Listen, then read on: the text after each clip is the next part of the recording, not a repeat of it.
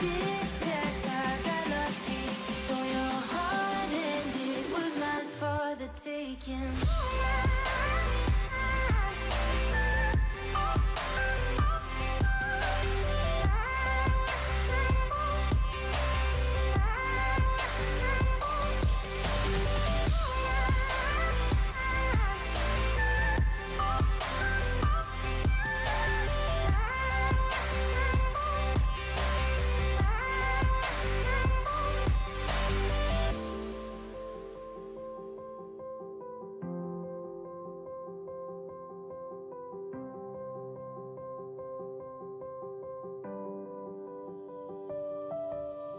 I'm bad at pretending, you know I'll be true.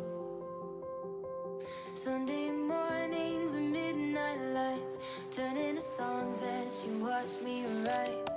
Stole your sweater on that night, you took a picture, keep by my bedside.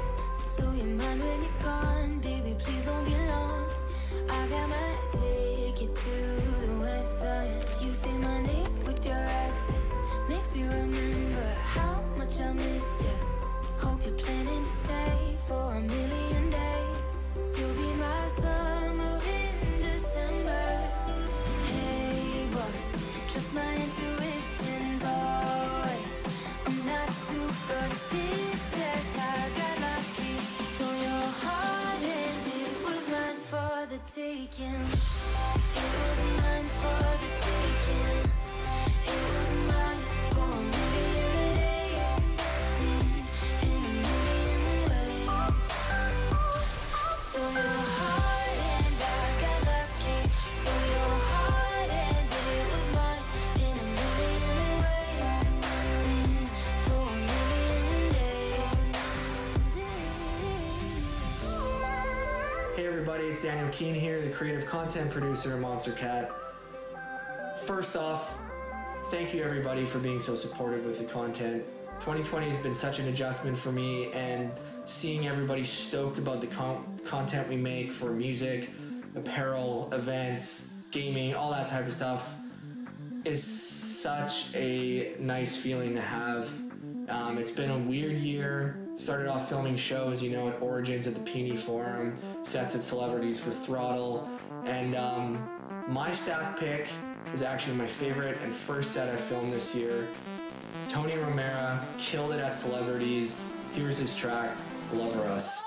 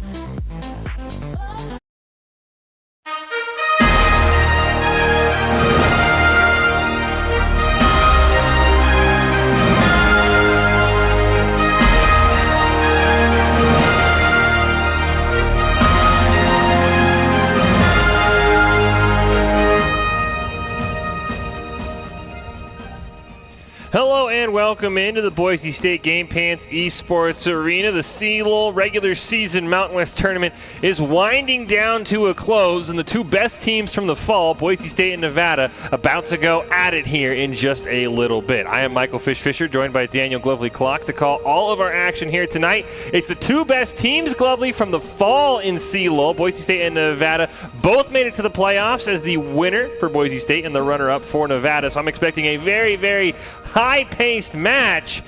And how do you think Nevada is going to react? Because last time these teams played, Ethug was in the jungle, and by all of our accounts, Glovely, he's going to be in the AD carry role tonight. So how do you think Nevada will adapt to this new-look Boise State roster? I do think you need to consider that with the change in position comes a change in champions, and that means you need to reconsider what your champion pool looks like. Of course, this is also a vastly different meta from the last time that the Broncos took on Nevada here on Summoner's Rift. So I'm very curious to see what kind of strategies they will pull out. We saw that their match history has a lot of things like Udyr is very strong right now. Galio is something that they might look to take away from Boise State. And, of course, your standard 3 to 4 AD carries in the bottom lane. As we see our CLOL spring format, 376 schools in the Mountain West. It was 11 teams with a 10-game round-robin regular season. The top 4 advanced to the Mountain West playoffs, with the Mountain West winner and, I'm told, the Mountain West runner-up advancing to the CLOL playoffs. Boise State and Nevada currently both comfortably in that top 4. Boise State sitting at undefeated. Nevada with just 1 loss right now to Colorado State. So both teams looking to prepare for the playoffs, so maybe we hide some things. And you mentioned, Glovely, champion pool's important. We've seen Ethug experiment after he kind of got the Twitch the one game. What do you expect for him to pull out here tonight if we are correct in assuming Twitch is going to be banned away every game? Well, if we assume Twitch is banned away, I'd say you look to other champions that play in that very similar style. We saw the Vayne get pulled out a couple of times. I think the Kaisa was a very good look for him. We saw that Killer Instinct being used so aggressively. As long as they can, of course, use it appropriately with things like that Shen ultimate, we did see some struggles there. But other champions that could be good, something like a Lucian would be very aggressive as well.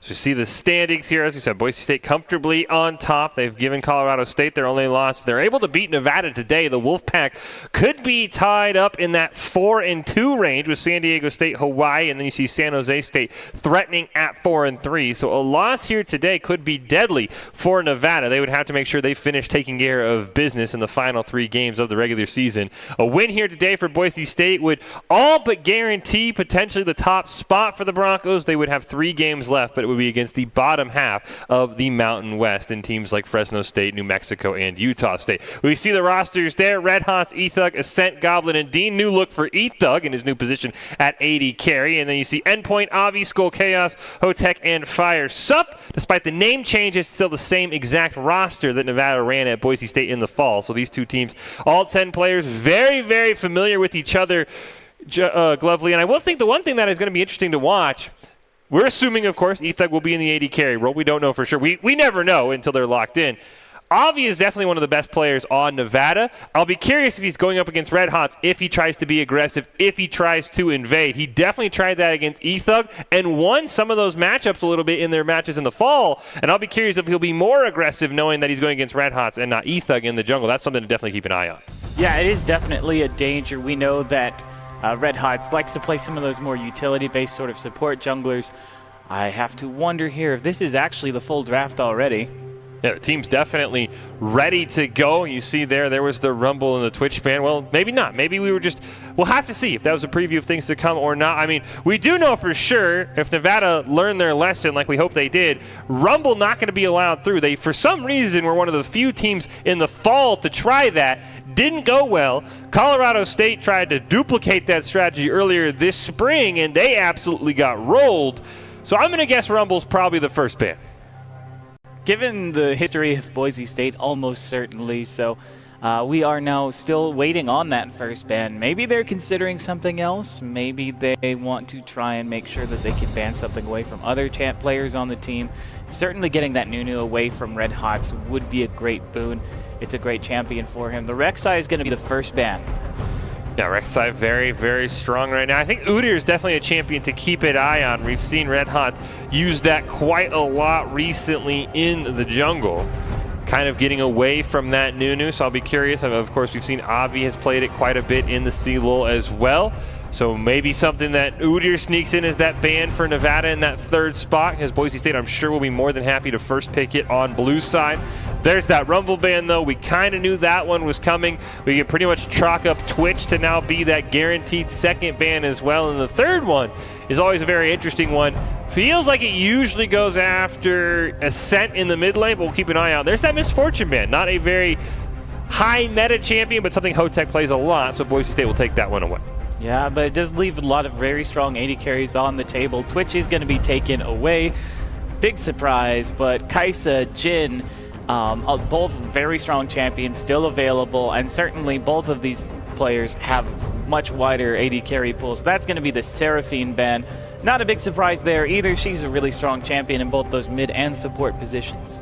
Yeah, there's the Galio ban from Nevada. Interesting. It's something that we've seen Fire Sup play a little bit in the CLOL regular season matches, but we also know it's something Dean can play. It's something that Ascent can play.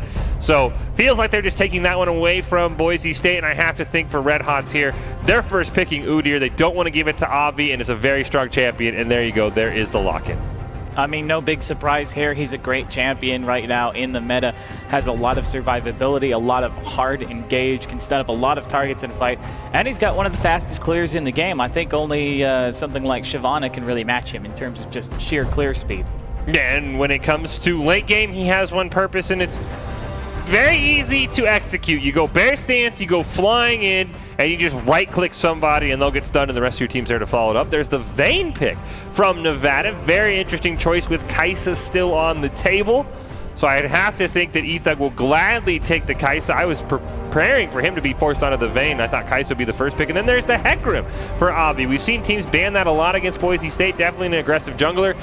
Personally, he hasn't had the same oomph to me as we saw before the item change, so I'll be curious to see how Avi wants to build him. If he's all-out damage, more tank, or somewhere in the middle.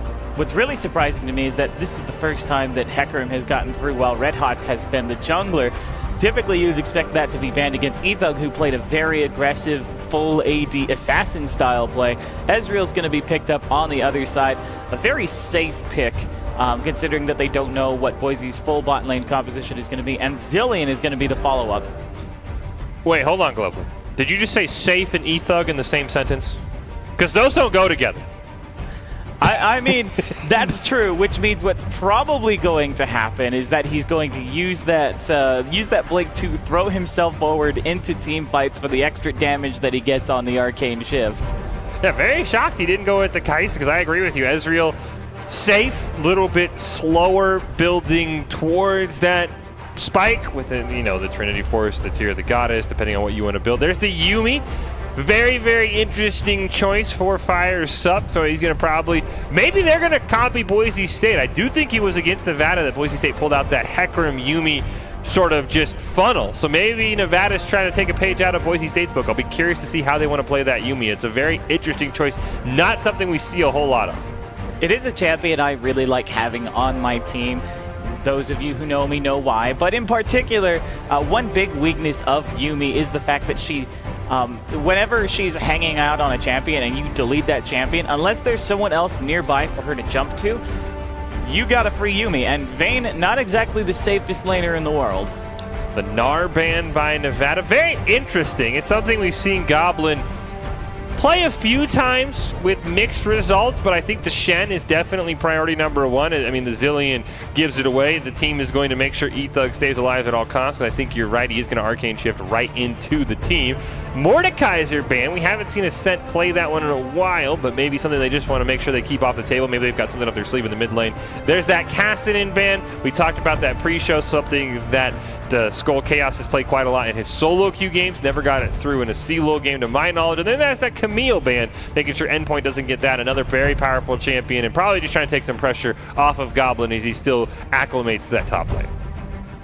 And he was very hard targeted in that top lane. Both Mordekaiser and Gnar, fantastic champions for players who either are getting used to that role from another position or just kind of learning the game in general. Mordekaiser, not a super hard champion to figure out, but he can be very effective even at high-level play. Shen and Ornn going to be picked up on opposite sides of the field, so that's the top lane matchup for you. Yeah, I would have thought either of those would have been a better ban than the Gnar. I think Boise State goes to the Gnar when Shen or Ornn is unavailable. Will be interesting to see without the Stand United how Goblin's going to be able to move around the map and how he'll be able to counter. And then there's the Anivia, a very interesting champion. We have not seen Ascent play much of it, and this is after her nerfs. She used to be far and away one of the best champions in the mid lane, and now she's kind of come back down to earth a little bit. She's been grounded. The fact that Ascent's pulling it out now against that Orianna is very, very interesting, Lovely. Not something I would have ever expected.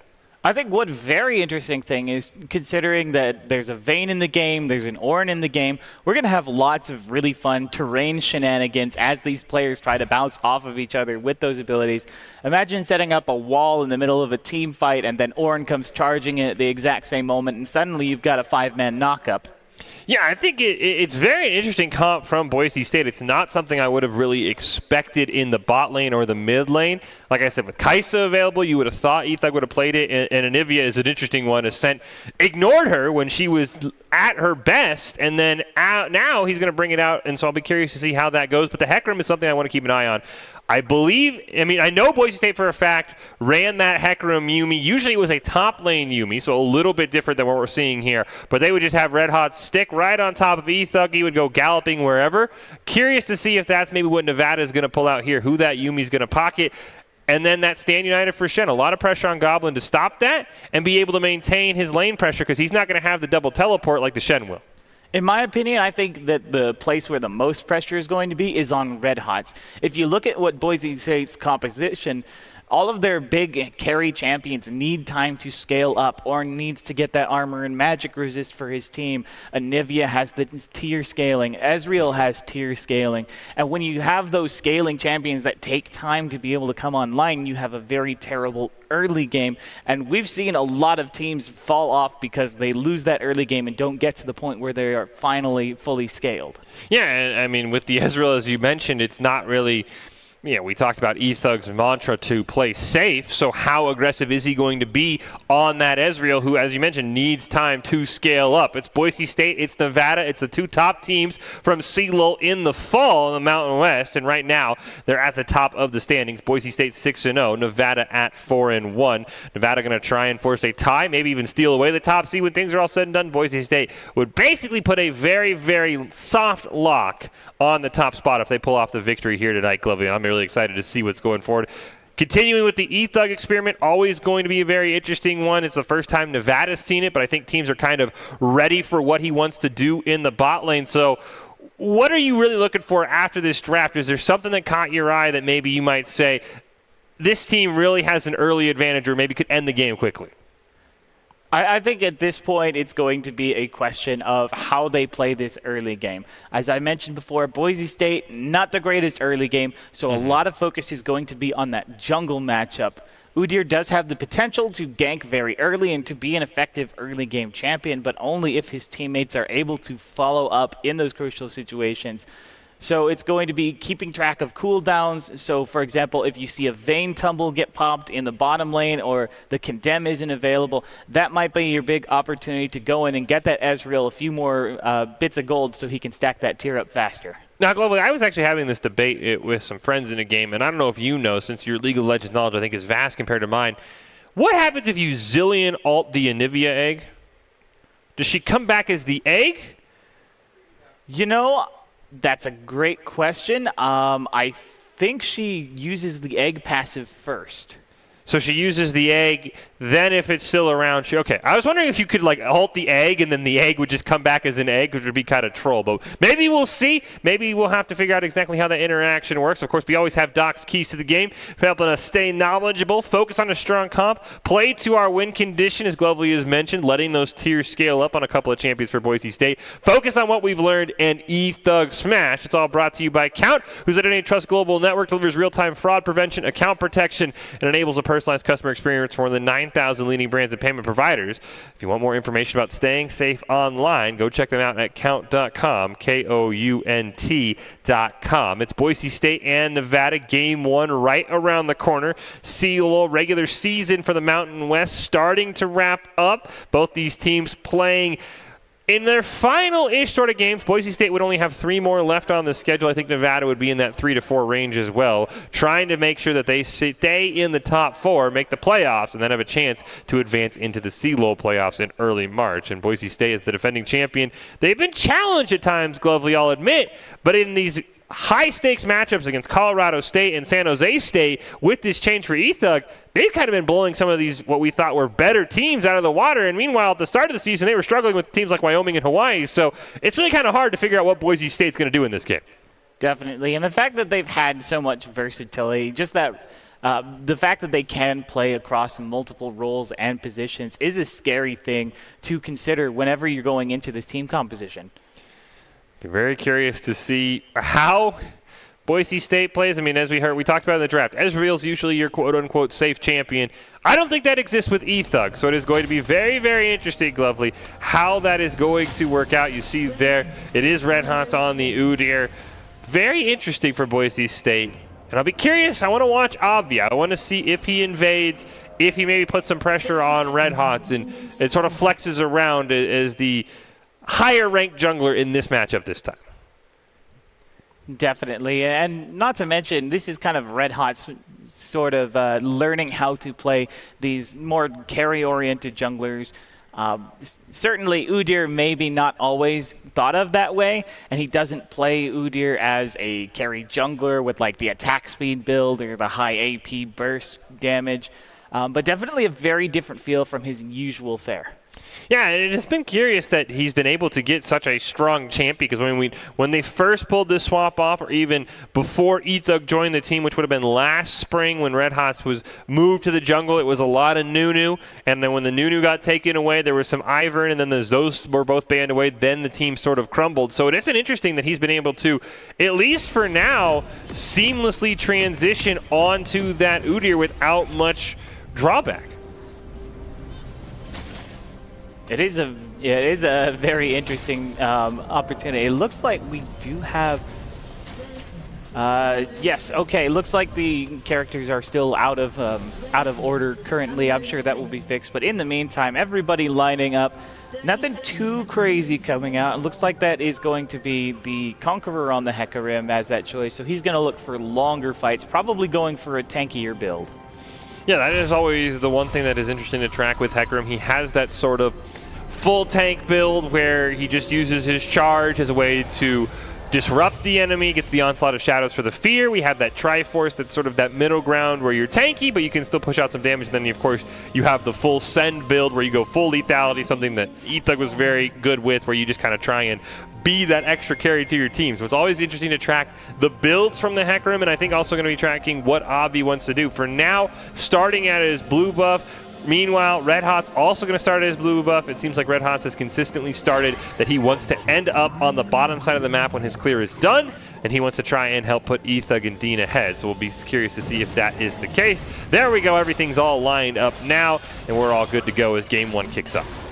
Now, if there's one thing that I'm curious about, now that we've had a moment to sit back, relax, check out the team compositions, look at what Nevada's lineup has. You mentioned earlier that Yuumi speeding up the Hecarim, but that Hecarim can carry an Orianna ball into the middle of a team, and on top of that, he can be protected when going in by the Shen ultimate so that he can follow up with a taunt. That's a nasty combo they have at level 6. Yeah, the ball delivery system for Nevada definitely very strong. Of course, you've got the Hecarim. You've even got the Shen if things don't work out. And I guess worst case, you have Vayne tumbling in. It is interesting, though, that for Avi, he's running the red smite that feels like it's a little bit more dually than if he wanted to be the more tanky, chilling smite, slow people down. So maybe he's going to build a little bit more damage. Be curious, unfortunately, for Boise State right now, everything's pretty calm. This is the matchup I do think that Boise State's going to have a side eye on. I don't think Goblin or Endpoint is going to get so far ahead or so far behind that they ruin the game, but Goblin is definitely still adjusting to that top lane role. He has been usually out CS'd by a decent margin at the 15 to 20 minute mark. how well he can maintain pressure with the Shen, who of course we've talked about, stand united out of lane, teleport right back in, is going to be very, very interesting to me. And how many fights can Goblin get away with not being there when the Shen is there? I do think he has a lot of options for interrupting the Shen or even for punishing him. It is in the resolve tree, so it's possible he picked up Demolish as that choice. And let me tell you, if you're ever struggling with the Shen matchup, one thing you can do is just focus on the towers. Whenever the Shen leaves lane, hit his tower. Take a plate, take 2 plates, take the tower. Yeah, I mean that is a good point, Glovely. And also I think that Goblin, if he can, maintain that side lane pressure, Ornn has a very powerful pushing, and he's very, very hard to take down. The only problem is you might get a tower, but if your team loses 4 members, that it is a very difficult spot for Goblin to be in, because of course, I'm sure he would love a summer or a couple of weeks to practice. They just threw this role on him. I haven't checked his solo queue games if he's been messing around in the top lane, but it's one of those. Top lane's a very intricate place to be, depending on what you want to play. If you're a tank, if you're a bruiser, and I think Goblin is still adjusting, but he's done a pretty good job, as Boise State and CLOL has been undefeated when he's been in the top lane. And certainly the champion that he's chosen to play in this game, the Ornn, a very good one. If you are learning how to play those tanks, very beefy, provides a lot of benefits for your team, even if you're not that far ahead. Yeah, all you got to do is get 1 Ornn horn, pound on your anvil a couple times when you hit level 12, and your team has upgradable mythic items, and you'll be playing Ornn pretty strong. As we see right now, nothing really happening across the map. Everything's pretty even. Now we see an engage onto Dean. Fire Sub takes a time bomb to the face. Ethug, 1 more Silver Bolt. Not able to proc. They condemn as Dean flashes away, so they double save him. But they get the flash out of the Zillion in the bot lane. And it was a good flash. That condemn would have pinned him into the wall, and that could have been a dangerous follow-up from that Vayne. So smart play. Unfortunately, you have to sacrifice that summoner. But meanwhile, here comes the Hecarim. Nice arcane shift by Ethug. Dean low, but able to get back to the tower. Going to use his exhaust as well, so both sumps are down. Meanwhile, it's first blood for Red Hots in the mid lane. They're able to take down Skull Chaos. The flash, not enough. So both junglers gank, and it's Red Hots who comes away with the first kill for his team. And that was what I was worried about for Boise State, if they could get those early ganks off, because Red Hots is their early game. Getting first blood on him, on that Udyr, and able to transfer that elimination gold over to other lanes is going to be so important for the Broncos moving forward. Yeah, that is the power of Udyr. I think it's also part of the reason he's probably pinned for a rework, is there's not a whole lot of counterplay to that champion. You see him sprinting at you or waddling with the old League of Legends animations, and you just kind of hope he doesn't get in range in time. Did look like he had to blow the flash to land that stun onto Skull Chaos, so he won't have an easier time ganking for a little while, but just a very, very powerful point-and-click champion, which I think Riot has done a good job of trying to get rid of point-and-click stuns. I mean, to be fair, usually whenever it's a point-and-click, they have some sort of trade-off, like an extra long cooldown. Or meanwhile, though, in the bottom lane, second time bomb doesn't fall up. In the top lane, here comes the Ornn horn, trapped between a rock and a hard place. Good dash gets him out of the way. Yeah, great job by Endpoint, baiting the Ornn horn in the wrong direction. You can see Avi has rotated up. Don't know if Goblin saw him there, as Goblin has not yet placed any of his wards, because he's usually been stuck under his tower. Now Avi is there. He'll take a shatter to the face, get knocked up as well. Endpoint has to stand united, so he's just going to back, knowing there's not much Goblin can do. But Goblin done a really good job hanging out under his turret, denying that Shen value, and also denies a great gank there from Avi. So once again, the junglers both gank. Red Hots gets a flash, and Avi gets nothing. He is forced to back up. He doesn't have the vision to know if this Hecarim is here or if the Shen is still in the lane. So teleport behind bot lane. Red Hot's going to pick up the dragon. Endpoint's going to jump right on the Dean, land the taunt. Exhaust goes on to Ethug. They're going to go in different direction. Meanwhile, Avi's going to get caught out trying to steal Boise State's blue. He goes down. Hochek rocks right into Red Hots. Now here comes the teleport from Ascent. He wants to try and gank Fire Sub. Actually, no, it was Goblin who teleports it. Excuse me. Endpoint caught all alone, and Nevada tries to be the aggressor across the map, and they're going to pay for it in full. Endpoint not going to be able to get away. Ethug barely staying alive. Dies at the very end. I think that was to a minion that eventually killed him. Boise State nearly goes 4 for 0 across the map, but Nevada does get 1, but a great play by the Broncos in all 4 lanes, and it's Udyr who's 4-0. You might say that things are looking a little grisly for the side of Nevada as this Udyr is causing absolute havoc across the map. That last team fight was phenomenal. They're going to give some gold over to this Anivia in the top lane, who now has the blue buff. That's going to allow her to push up those waves very quickly, especially if Ascent is able to hit level 6 soon. That was just a really good job by Boise State of responding to Nevada's aggression. It was very unfortunate Nevada had no wards on the Dragon, so as soon as Avi had been spotted in the top lane, Red Hots knew the call was to jump on to that objective. And it is, that's the one thing that would be curious to be, Glovely, is how much real-time coaching or advice eThug is providing to Red Hots on when to get this objective, when to get this other objective, when to gank, because of course we know how talented eThug is in the jungle. So seems like Red Hots has definitely learned a thing or two, because he's going to pick up this Rift Herald as well, and it feels like what I thought could be a jungle advantage for Nevada right now is all Boise State early in the game.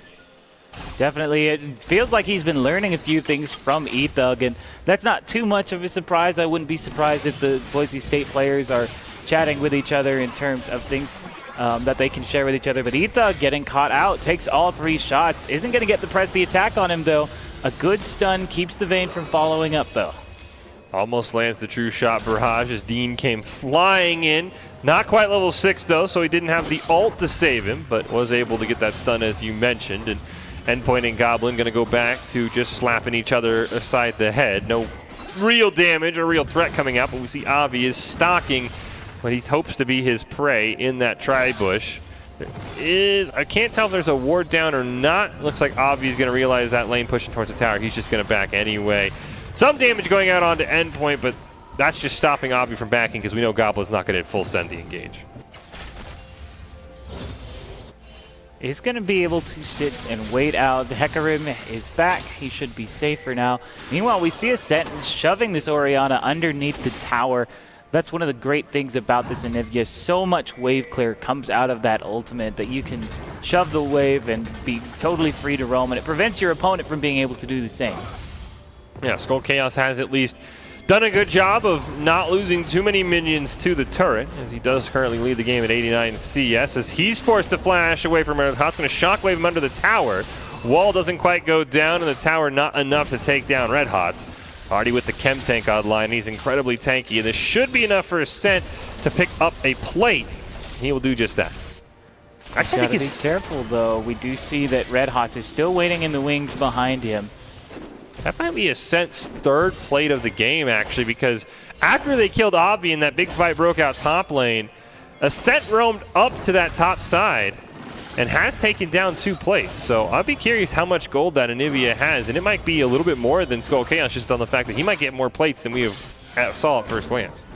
Well, on top of that, he's also got the elimination and the assist, so this Anivia feeling quite comfortable here now. Does have the tier pretty close, about halfway stacked, judging from what I can see on my screen here. Meanwhile, Rift Herald is going to get summoned in that mid lane, and they're going to give that gold over to the Anivia. Yeah, Red Hot's going to stick around as well, so they'll get 3 plates combined there before Avi comes to ruin the party. So Boise State can't quite pick up first tower, but the Broncos still comfortably ahead with a 3K gold lead.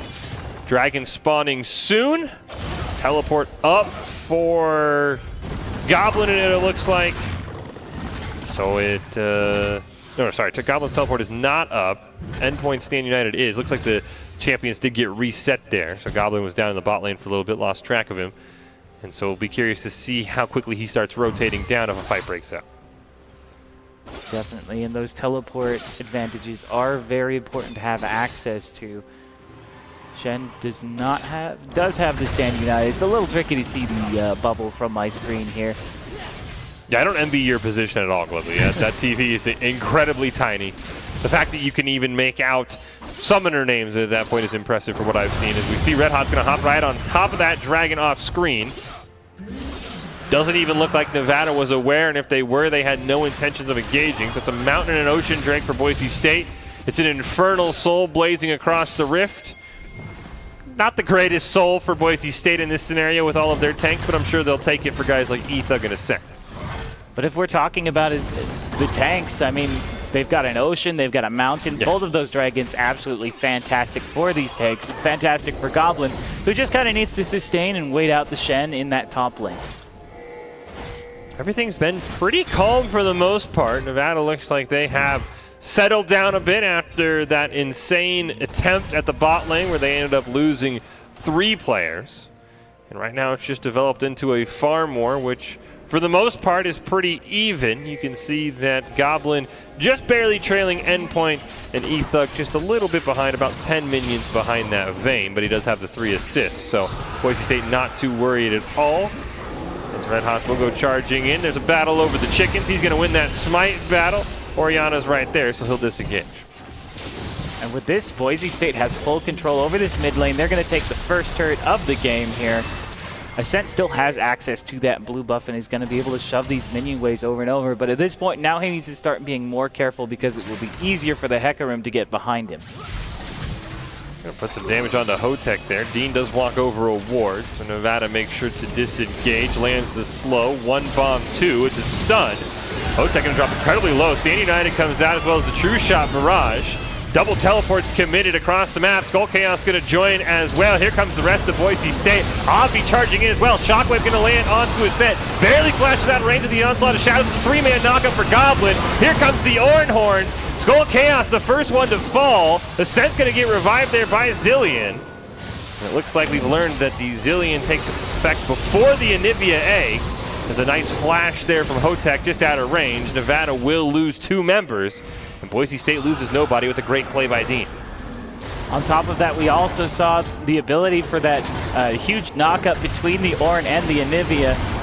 Speaking of knockups, we do have a knockup. No. Nevada absolutely caught out in their own jungle. Great job by Goblin sort of forcing that play and making Hotek and Firesub rotate over. And I mean, you mentioned it, Glovely, when your champion you're riding along with as Yuumi dies, there's no one in range, 99% of the time it's a free kill because you don't run flash on that champion, and that's exactly what happened, and that went from bad to worse for Nevada. Hey, I mean, it's double gold value. Why wouldn't you want to target that champion down? And usually it's on a champion that you want to focus anyway. It's only a pity for Boise State that the Dragon has already been taken, so they can't get that objective off of it, but they're going to feel pretty good about the tower they're going to get anyway. Another tower for Boise State. Rift Herald number 2 spawning soon. Probably not a huge must for Boise State.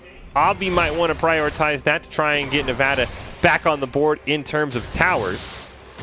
As that stun's going to land onto Hotek, going to take a huge graceful spike to the face, but now Ascent's got to be careful. He's going to get exhausted. They're going to force out the egg form, but the Leandries is going to burn Hotek down. Firesub trying to do what he can. True Shot Barrage lands onto 2. And Ascent at 3-0-3 now, 4-0-3, just so far ahead. He kills Hotek in the egg form. And now you have to wonder how Nevada can get back into this game. The strangest thing is that we were talking earlier about the egg and the Chrono Shift interaction. And because they did get to use that Chrono Shift instead of the Anivia passive, he had it available to survive the Vayne. And the burn from the Leandries, my goodness, that item can be frustrating to play against like that. Yeah, it was just, I mean, as soon as Ascent landed the stun, he went all in, and Boise State has proven time and time again they love to be the aggressor. If they think they have an opportunity to kill you, they will do just that. Hotek's going to walk over a ward, but Boise State doesn't want to punish. Endpoint lands the taunt, but it's a great arcane shift out of turret range from Ethug, who will poke him down from range. Looks like once again it's an uncontested objective for Red Hots. Now 4 for 4 on the game so far, and a dragon spawning soon that could put Boise State on Soul Point. You'd think he'll probably just drop the Rift Herald in the top lane and then rotate down to that dragon. I mean, certainly that makes the most sense to me. Endgame is going to be forced to back away. He doesn't feel like he can take on an Udyr and an Ezreal, and I don't blame him. 4-0-3 on this Udyr. Has access to the chem tank and most of the components for that Dead Man's Plate, so he's going to be zooming here very quickly. Does look like he's just going to use the Rift Herald increase backing to be able to try and get back with that dragon spawning. Unfortunately, I think Boise State waited a tad too long. Nevada should be able to burn this one down. They'll get revealed, but no one's there for Boise State as Goblin had just roamed over. So it's a great play by Nevada to keep themselves in the game, pick up their first dragon. Boise State probably should have backed right after that Rift Herald and just stayed a little bit too low. Yeah, and sometimes, you know, those little bits of timing are just what it causes. I'm not sure if he actually got that ward. Anyway, hop over the wall with the blast cone. It's going to get the Hecarim away. Ascent going to get himself another blue buff here. Going to continue on keeping this pressure on the map, and that is one of those valuable reasons to pick the Anivia for the sheer wave clear. And as a result, you can put Anivia into any lane just to collect the farm, continue pushing a blade. Great shot there. Unfortunately, not able to get him with the wall. It doesn't look like Endpoint had been chilled either, so didn't get the bonus damage. Boise State just content shoving out waves. Be curious to see where Red Hot wants to put this Rift Herald. Maybe waiting for Baron to spawn here in a couple of minutes. Game 1 in CLOL between the two top teams from the fall in Boise State and Nevada. Currently first and third in the standings right now, and the Broncos with a comfortable 8K gold lead and 10-1 advantage here about 18 minutes in. A lot of focus around this mid lane turret from both teams. There are 5 members of Nevada able to come to this fight at any moment. The Rift Herald gets dropped in the mid lane, actually. That's a bit of a surprise. They are going to pick up that turret and still have that Rift Herald available. They have the wave pressure to get a second charge. Meanwhile, Ascend is in the top lane, continuing to pressure the Shen, but he might have bitten off more than he could chew. Flashes to try and get away, drops the wall, but he's surrounded. He's going to use that Glacial Tundra. He's not going to survive, though. Shut down. Yeah, flashed out of the onslaught of shadows, but not enough movement speed. Here comes the rest of Boise State, though. Endpoint going to dash away. He's still going to get caught in the bear stance stun. Time bombs plus the slow. There's nowhere that Shen can go, so Boise State will avenge their fallen bird companion. You know, 1-for-1. They also picked up that mid inhibitor turret as well with the Rift Herald. They're going to get the tier 2 top tower as they'll chase Obvi off.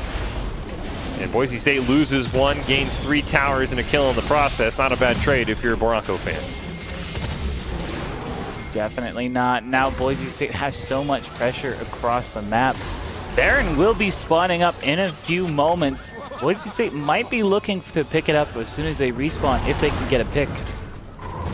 Now, everybody's going to be able to join that fight. All the teleports online. The only summoners that are down are the Flash on Ascent and the Ghost for Obvi.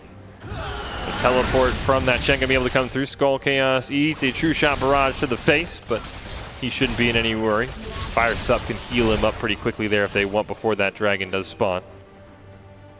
Interesting use of that true shot barrage. There was no way he was going to be able to one-shot him with it, so why would you target someone at full health like that? I think if I can go into the mind of Ethug, he wanted to true shot barrage over the wall and then arcane shift and try and burst down Skull Chaos, but as soon as he got vision on Hotek and Fire Sup, even Ethug realized that's too of an aggressive play, even for him. Very true. He would have been putting himself right in front of the wall for a condemn, and that would have been the end of him. Meanwhile, top laners saying hello here in this bottom lane. Good denial of that Bellows Breath passive. Unfortunately misses the knockup, but they are going to have the stun from the Udyr. He doesn't have a Spirit's Refuge to deny that. He's going to get picked up. There was a great rotation over by Boise State. You can see as soon as Goblin started fighting, both Dean and Red Hots came zooming over. Now they're going to counter jungle Obvi. He doesn't even have smite up. Red Hot's just going to chase him away. Realize that blue buff is his. Neither jungler actually has smite, but there's not much Obvi can do. There's the rest of Boise State. And with Dragon spawning soon, they probably want to get these super minions in the mid. Stun's going to land on the Skull Chaos. Can't quite get walled off, though, completely, so he's able to just barely retreat. Everybody's setting up carefully around a Dragon or even a Baron potentially here for Boise State. Going to trade that second Infernal for a Baron, and that's not a bad idea at all. Certainly not, although they could potentially end up picking up anyway. They do have Goblin in the area as the lone wolf here up against a Hecarim, who is, of course, going to be able to close the gap. It's Hecarim. You can't really get away from that, but there is a Vayne with a Yuumi on the side trying to find Goblin. Gets stunned up against the wall. Bellows Breath can't save you from that. Actually is going to survive thanks to the Chrono Shift. Meanwhile, Boise State picks up the Baron on the other side of the map. They can rotate down here. Here comes Udyr. Dead Man's Plate giving him so much movement speed. There's the Chem Pug tank. It's going to close the distance. Ultimate comes through from the Shen, not able to connect. There's the Orn Horn. Forced to Onslaught of Shadows over the wall to escape. Last chapter hits nobody.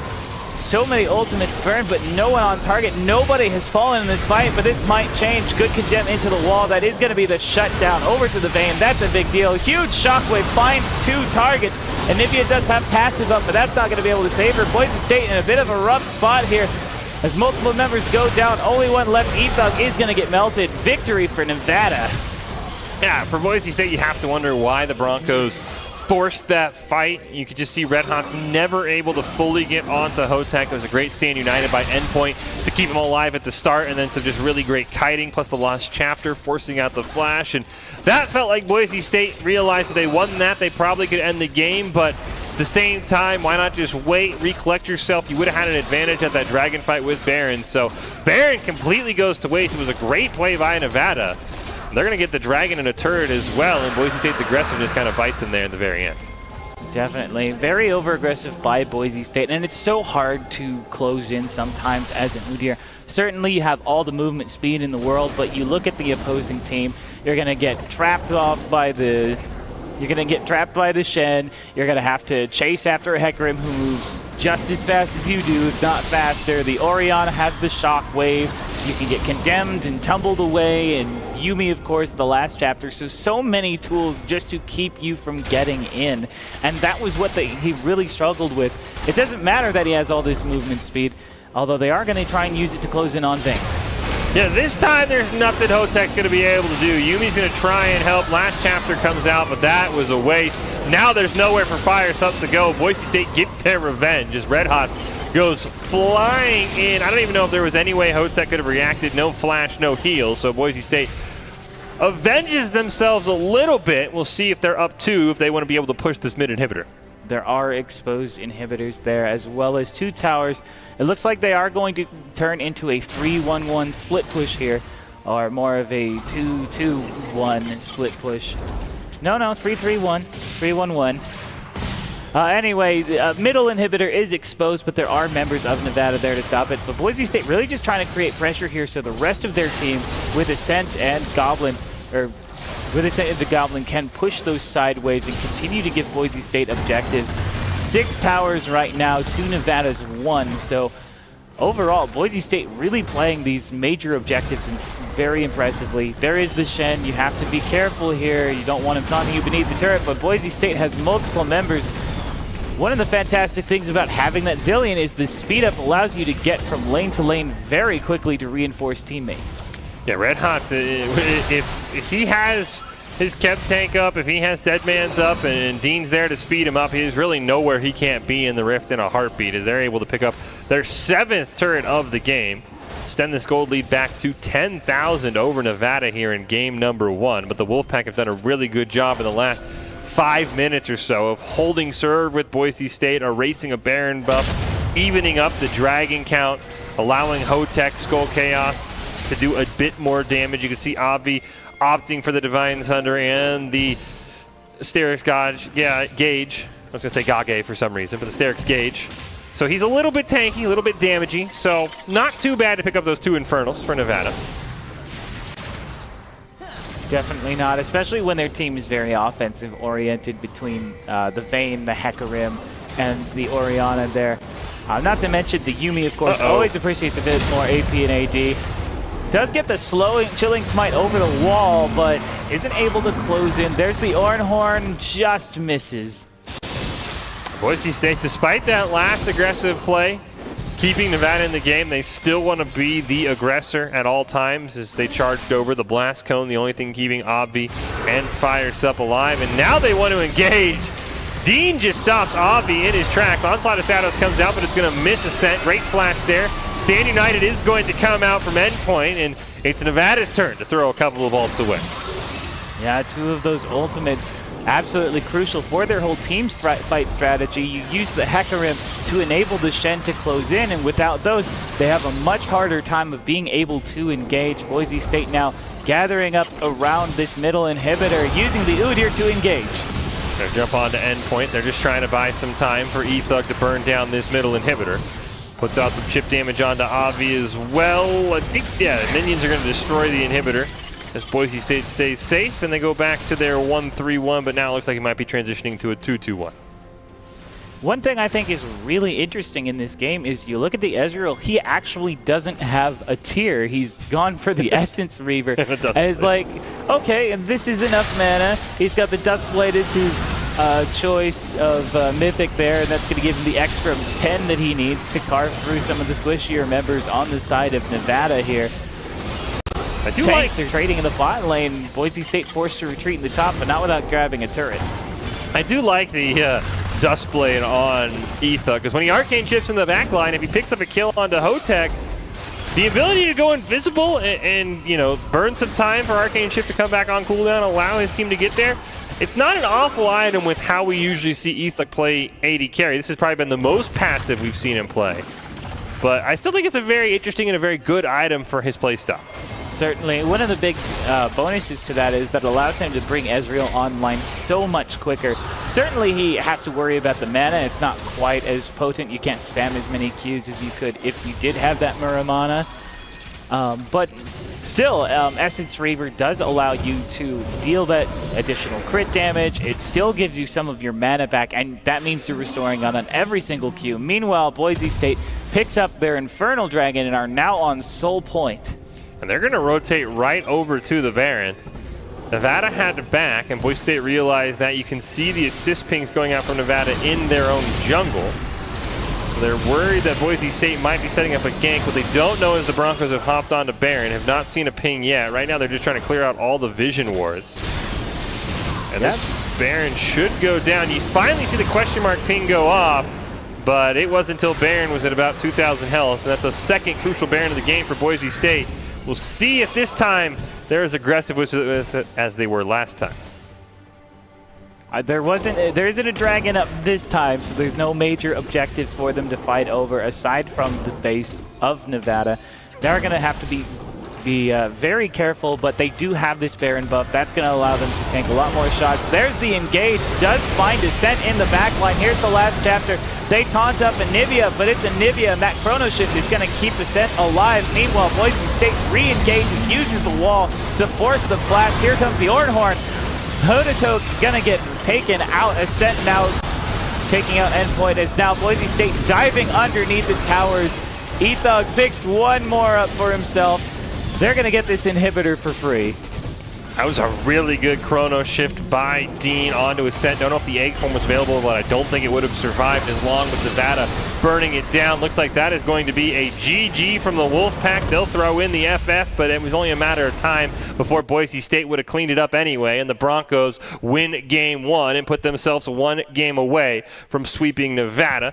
Don't forget the Idaho Army National Guard, who is a proud supporter of Boise State esports and brings you the top plays at the end of every night. Invites you to take your impressive critical thinking skills into real time with more than 10 jobs offering a $20,000 bonus and your degree of choice paid for. The Idaho Army National Guard is the best team out there. Reach out on Twitch at iGuard Gaming. Boise State definitely proving that they might be the best team in the Mountain West as they take down Nevada in a one-sided affair, but I thought the Wolfpack did a really good job of extending the game 5 to 7 minutes and giving themselves a chance, Glovely. And we'll see what the teams want to do heading into game two.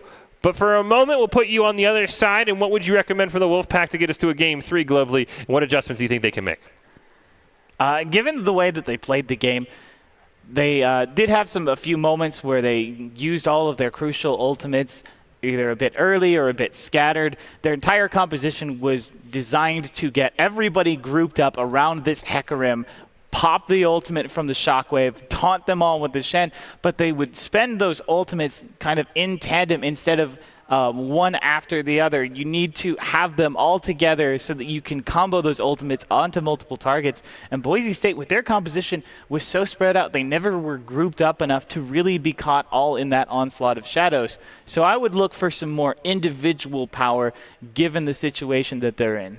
Yeah, I think the other thing, the one fight that Nevada clearly won, they did a really good job of not only sort of chipping down Boise State, almost turning into the poke comp themselves out of the Ezreal, but also kiting Red Hot so he could never get onto that vein. And by the time he could, he just fell over. And that was the only fight that they ever used Stand United on the vein. So maybe that was something where maybe they were trying to force that comp you were mentioning with let's Stand United onto the Hecarim. He'll onslaught his shadows on top of everybody. Maybe they tried to force it a bit too much. But we'll take a break. We'll be back. Can Boise State finish off off the sweep, or can Nevada force us to a Game 3? We'll find out next after this break.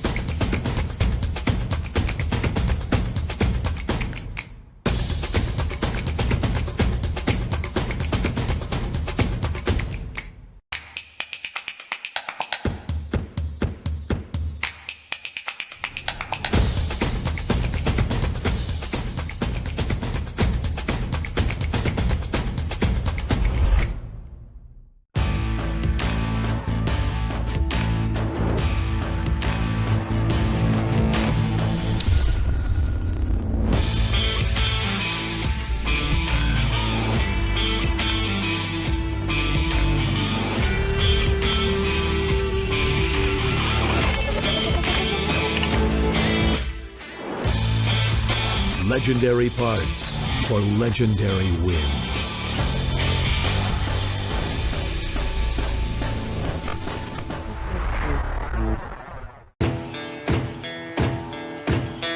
Here are a couple lessons I've learned over the years.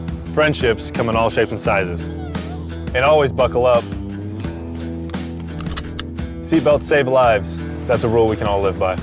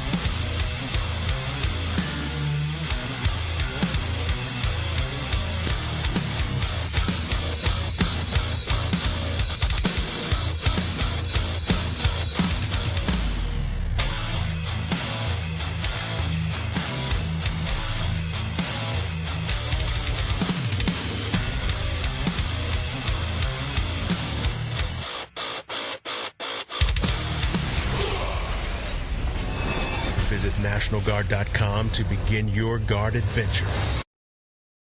Charging in as well. Shockwave going to land onto a set. Barely flashes out of range of the onslaught of shadows. The three-man knockup for Goblin. Here comes the Oranhorn.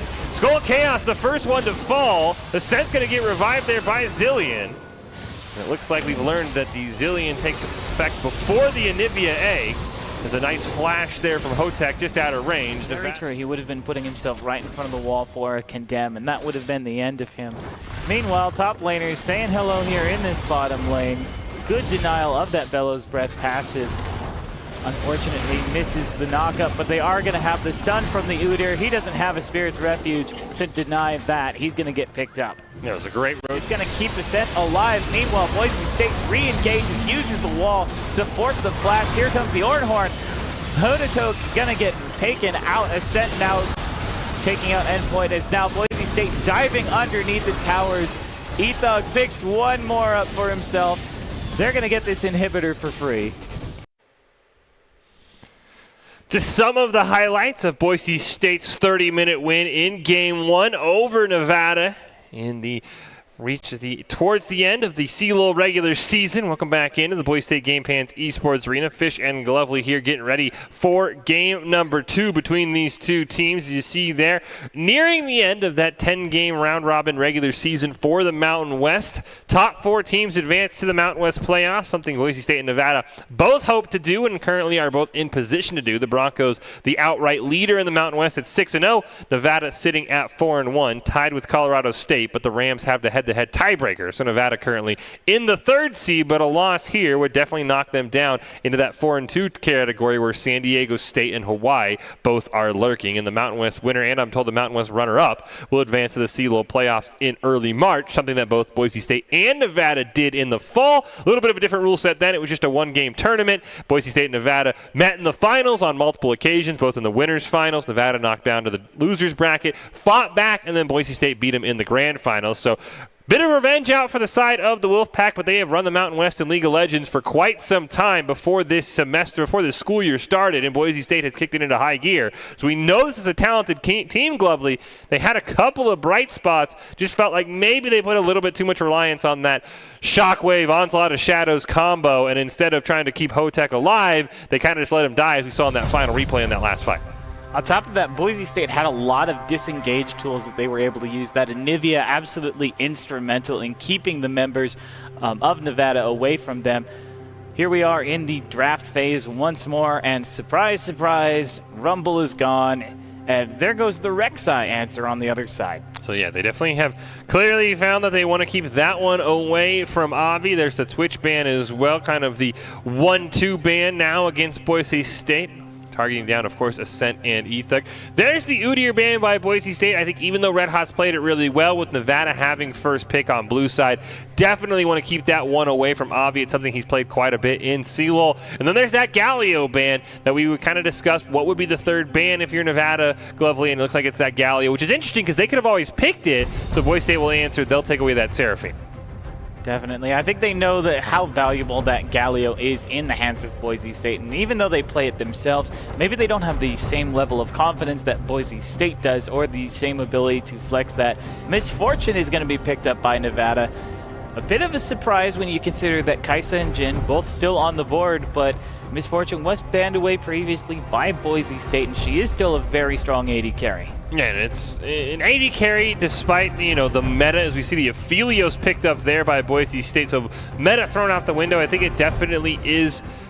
We're in the point where, yeah, Kaisa is very strong. Yes, Jin is very strong. But if you're very comfortable on a majority of 80 carries, I think you can make a case that some of the very, very low tier ones probably should be played. As well. It's better to play that than it is to play something that's meta just for the sake of being meta. So both of them will do that. And then there's the Lulu pickup for Boise State, something they love in this sort of protect the Etha comp they've been using ever since he moved down to the bot lane.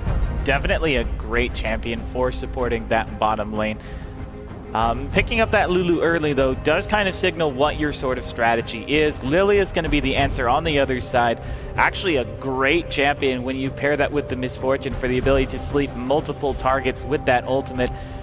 It is going to be Camille there in the top lane, so Red Hots might have his, or pardon, Goblin might have his work cut out for him, as the Gragas is going to be the pickup on the other side. That's a good choice to try and sustain through the Camille. Yeah, Goblin as we saw earlier, he just wants to be incredibly tanky. He just wants to try and be able to sustain through all of that damage. I think the other thing that Nevada clearly is saying is they've gotten away from this team comp style of fighting, and as you mentioned, Glovely, is some recommendations. They've definitely put a lot of it in individual power with that Camille, with that Lilia, with that Misfortune. There's the Anivia ban away. It's a Leona ban for Boise State. So Nevada just trying to make sure they take away what worked well. Boise State's last ban will go onto that Cassidy, which is something Skull Chaos has been playing a lot of in solo queue. I'm guessing that a lot of teams have noticed that and they have prevented it. And then there's the Orianna ban from Nevada. Interesting. Have seen Ascent play it at times, but not something I think that would have been in his repertoire that he's going to pick, regardless of if it was banned or not. I have to wonder if the teams just think that she's strong in the meta right now. She is a very safe laner, and as far as I'm concerned, will always be viable just because of the way that her kit is designed. That Shockwave can really turn team fights around if it's used properly. We did see it pick up a double kill that was crucial to Nevada in the previous game. Twisted Fate going to be picked up by Boise State, and that's a champion that has a lot of power on the Rift. Yeah, it's something that Skull Chaos has played quite a bit of as well. He'll pick up Yone instead, so maybe Boise State was sort of, as I like to call, pseudo-banning it with the pick themselves. And then there's the Rel as the final pick for Nevada, so they get one of the closest things you can to a Leona clone, if you will, on the ability to lock people down with the ult. And then there's the Shen, so it actually looks like it's going to be Gragas jungle, not Gragas in the top lane like you and I were suspecting. Or maybe it's a Shen jungle. It's hard to say, but I'd have to think Gragas probably right now a little bit better in the jungle. We are now seeing just some clips from the previous game there. Boise State able to invade these jungles kind of with impunity. This happened after a previous fight, though, so Boise State really just cleaning up in this moment. Yeah, they had already had a big fight win. They decided to go and check to see if Nevada was trying to be a little bit greedy and stay around in their jungle, and that's exactly what the Wolfpack did. And there were some bright spots for Nevada. I think, though, Boise State definitely had the, sound the alarms, the reinforcements are coming comp, as Red Hots plus that Zillion could just really be anywhere on the map in a heartbeat. So even though they lost the scent, they immediately go in and they just punish Endpoint for just staying for just a little bit too long. Of course, now we're getting into game 2, and the composition is much different. They don't have that kind of emergency, get the bear in there kind of feel to it. It's a lot more hyper-focused on this hyper carry E-Thug there in the bottom lane with the Lulu and the Shen protection. Yeah, and I think there's going to be a lot of pressure on, we would assume Red Hot's in the jungle on Gragas. Like I said, you could technically jungle Shen, but I think that Gragas just feels more comfortable and a little bit faster in the jungle right now. I would assume there's a lot of pressure on him, and maybe the goal is to explosive cast somebody into the Boise State team, and as long as you don't really land it onto that rel, the rest of Nevada is squishy enough to where they can get burned down quickly unless that Camille or that Yone get really, really far ahead. Now, if you hit it on the Lilia and she gets a 4-man sleep, that could be a different story, but I would guess Boise State's comp is to try and isolate somebody, pick them down incredibly quick with the gold card and the taunt, and then set themselves up going forward in a 4v5. If there's one thing I'm really wondering about on the side of Nevada, their entire team composition is melee except for that Misfortune. So how are they going to protect their back line? I would think at this point there really isn't a back line for Nevada. I think the goal is how fed can everybody get? Are they able to just sort of take over the game on an individual basis? So we see the teams there, all 10 players, the exact same as we saw on the rosters last fall when these teams met in the CLOL finals for the Mountain West. Boise State winning that one as well, and right now the Broncos appear to be on their way to winning this one if game 1 was any indication, but as you mentioned, the team comp's a little bit different for this one globally, so we'll see exactly how things shake down. Curious that E-Thug is really, in the jungle we kind of had an idea. It was going to be Hecarim, it was going to be Kindred, sometimes Udyr if it was banned away, but we had a feeling for his champion pool in the jungle. In the bot lane, it feels like outside of Twitch, he's going to play anything he really wants to. I mean, to be fair, once you've played one marksman and understood the basics of how to move and auto-attack, you can basically pick up any other marksman. Certainly there are some differences between them, but a lot of the core mechanics as to how you play a marksman is the same across the board. Yeah, but I mean, the fact that he's left Kaisa up when that killer instinct really fits his style of I'm just going to zap in there and the rest of my team can come support me is very interesting. So we'll see how he does on the Aphelios. I'm sure Hotek very excited that he got his Misfortune this time before Boise State could ban it away. So we'll see if he can answer the call.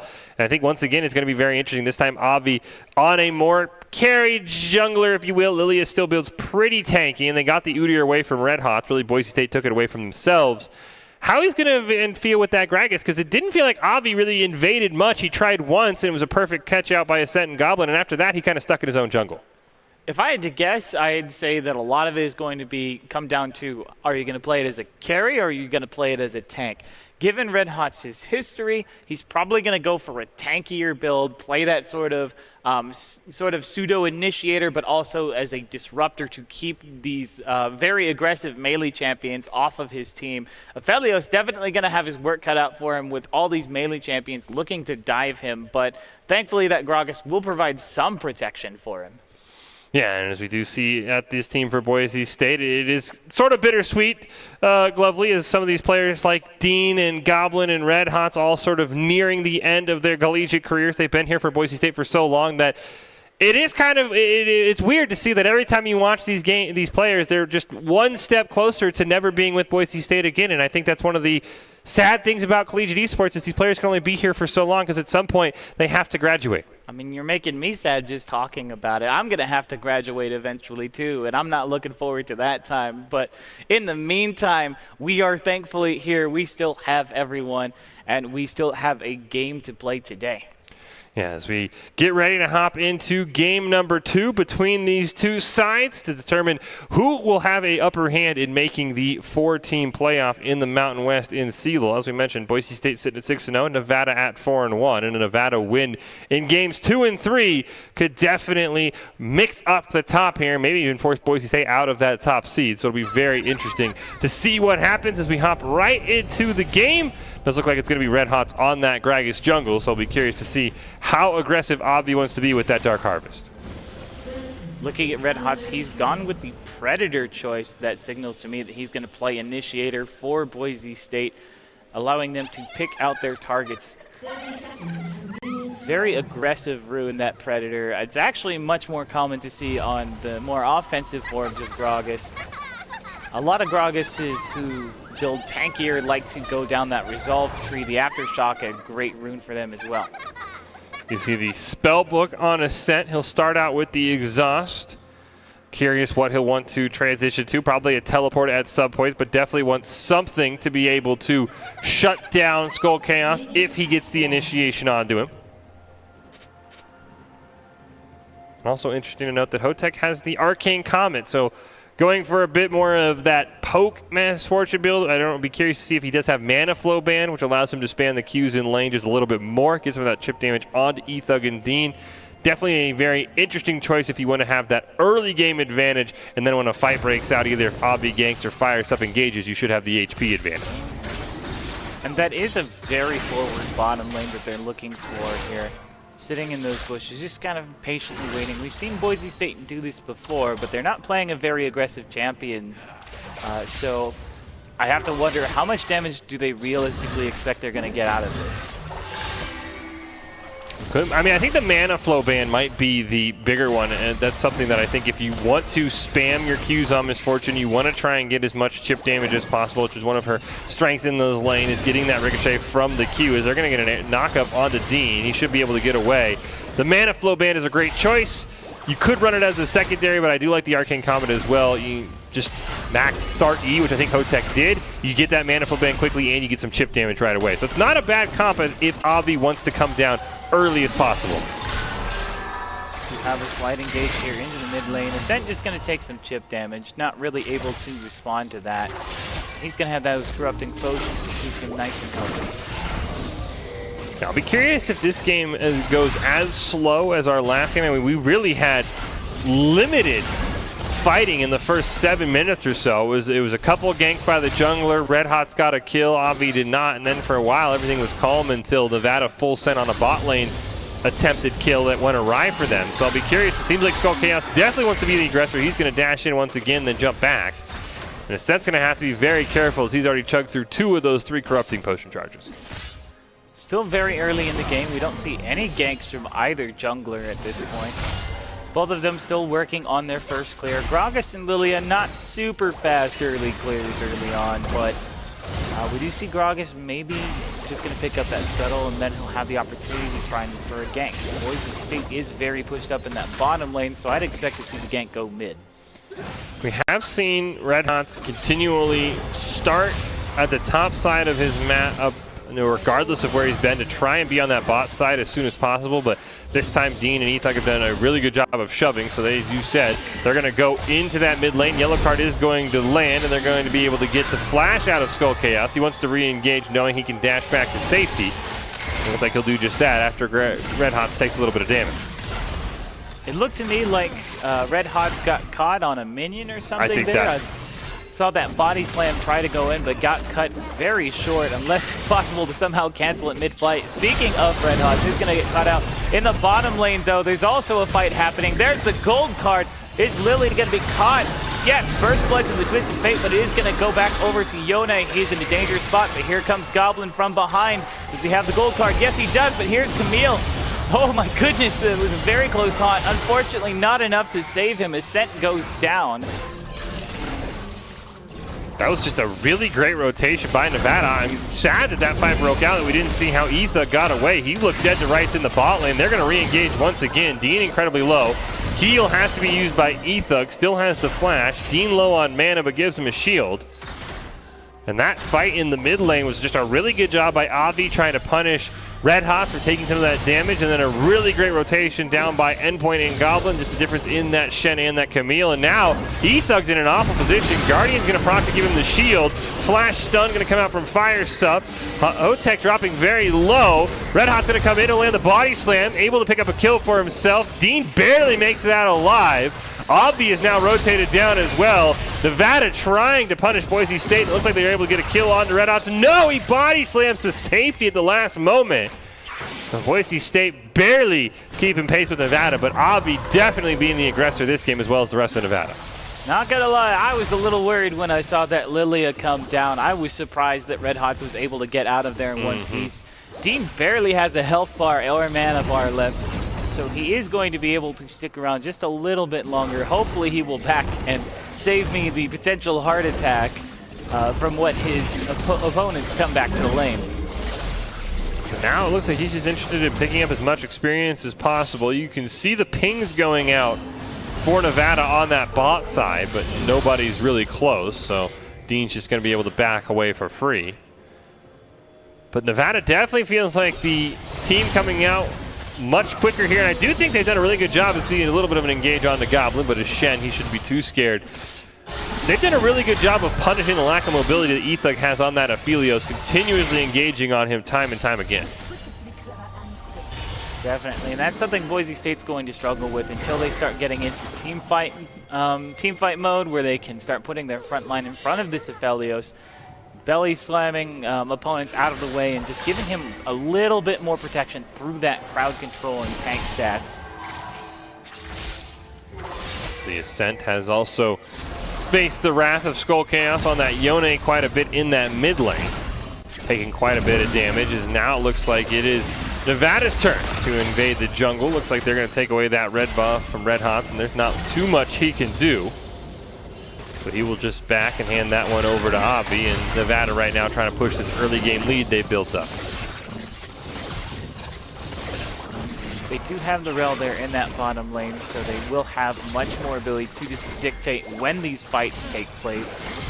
Overall, in the bot lane, I would argue there is no particular victor, especially since that elimination went over to the Rel instead of to the Misfortune. Only got the assist. Red Hots is going to find out a Yone here. Uses the ultimate to try and escape. Ignite comes out. I don't think he's going to live through this, but I may have spoken too soon. Nope, Red Hots is going to pick that one up. Skull Chaos goes down. I don't know if he was using the ult to escape or if he was trying to use the ult to get the knockup onto Ascent. It was right where Ascent was teleporting in. Now Hotek's not quite level 6. Firestup's going to go over the wall. Smite from Red Hots to heal up, and looks like this should be a disengage. E-Thug is going to get stunned and slept. Now the Stand United's going to come in. Now Firestup's the one on the wrong side as he's going to get caught out. A great Stand United from Goblin, and then we see the power of the Shed. You join the fight, you immediately go back to protect your turret. It's pretty hard to shove him down a turret when both of those are up, but that does mean that his teleport's not going to be available. Good taunt, good shield there also to protect the additional damage, but he's still going to take a lot. Camille is a very powerful champion in the meta right now. Camille definitely has a lot of damage. I definitely think that away teams could attack this Boise State roster until Goblin really gets comfortable in that top lane, is by maybe putting some sort of hyper carry or aggressive champion on to him and forcing him, as we see there, the 72 to 38 CS difference.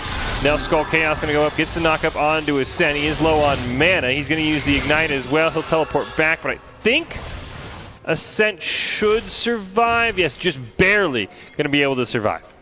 Did have to end up burning both corrupting potions. We do see in the bottom lane. Here comes the belly flop.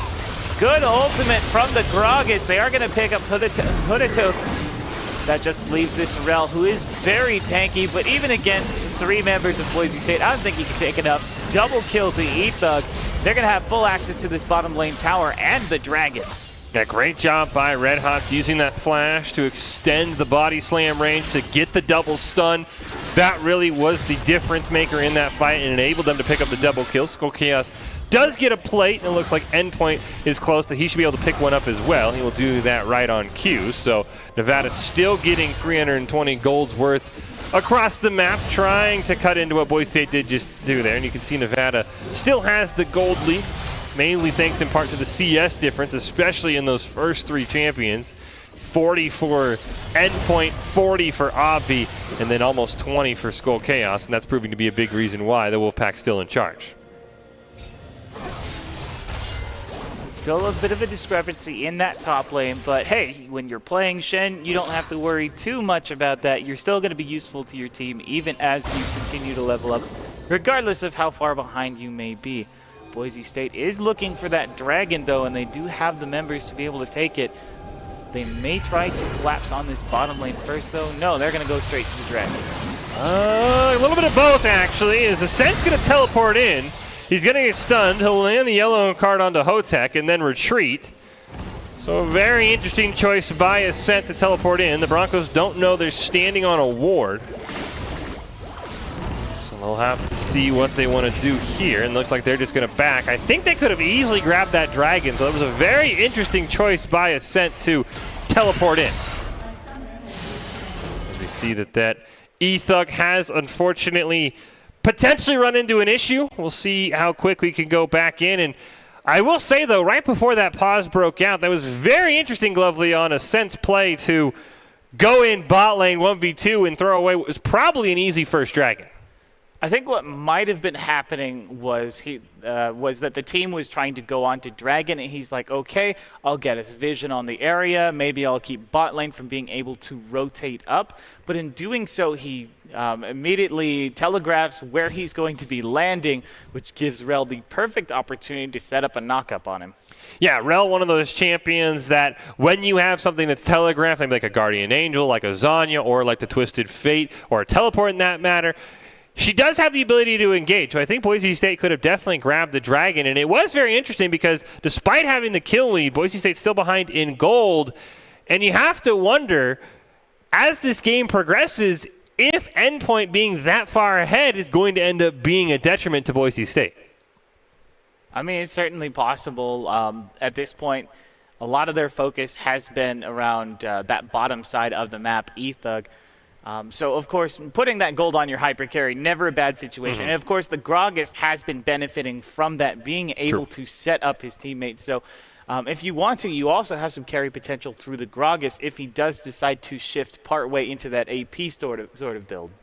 And while we wait for Ethug to see when he's going to be able to come back, he did just disconnect, and that's what we're waiting on. Quickly, Glovely, before we go to break, bias aside, through those first 10 minutes, Boise State has the kill lead, CS leading a lot of lanes on Nevada side. Who do you think is currently in the lead overall, Boise State or Nevada? I think it's Boise State. I think they could be further in the lead if they'd made the right calls. Well, we're going to take a quick break. We'll see what's going to happen with Ethug, if he's able to come back. If not, we'll figure it out. But for now, we'll give him a little bit. We'll take a break here. It's game 2. Ethug just disconnected. We'll see if he can come back, and we'll see you on the other side of this break.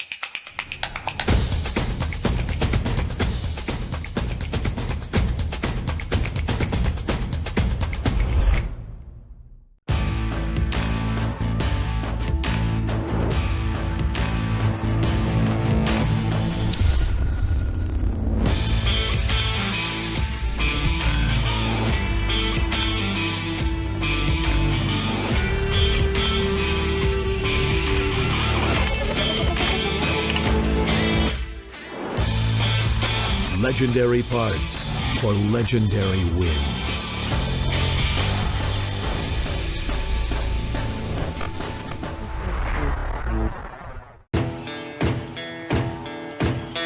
Here are a couple lessons I've learned over the years. Friendships come in all shapes and sizes. And always buckle up. Seatbelts save lives. That's a rule we can all live by.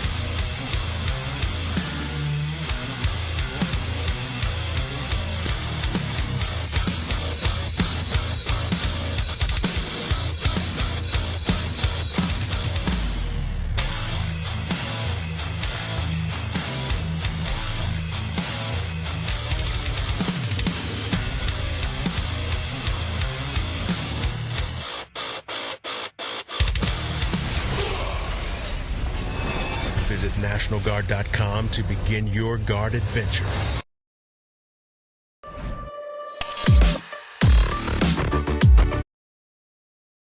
Game Pants Esports Arena, Boise State and Nevada in Game 2.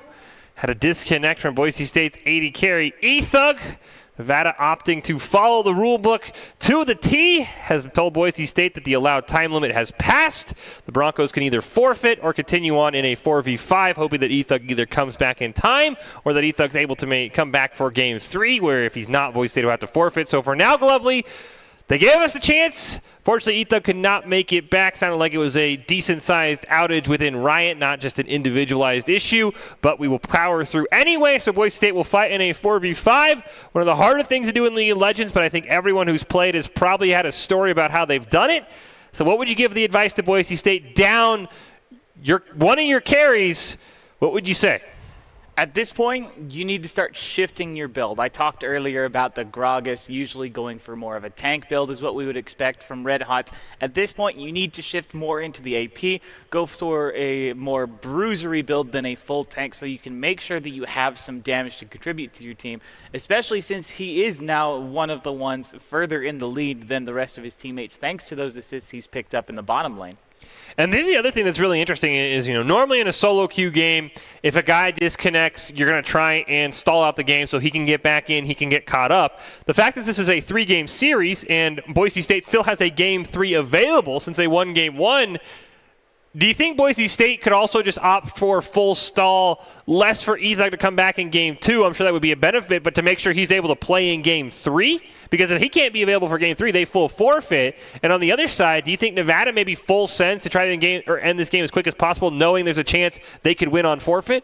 It does certainly put a ticking time bomb on the clock for Boise State.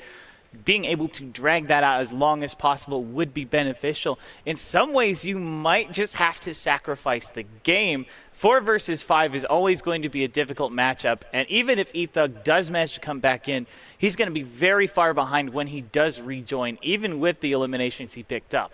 Yeah, he will get some passive experience while he's sitting in the fountain. I think the other hard thing is that it's so early in the game. As we see, we just hit the 11-minute mark. When Ethug disconnected, usually later on in the game, you're able to have more items. You're able to say, well, laning phase is done. We don't have to prioritize it too much. So definitely something to keep an eye on. As we said, Game 2 between Boise State and Nevada. Ethug disconnecting there at the 3-1-1 mark, and that's going to open things up for the Wolfpack, and they're immediately going to jump on to Red Hots, who's not going to be able to get away. He'll be forced to stop watch, but the sleepy time still comes out.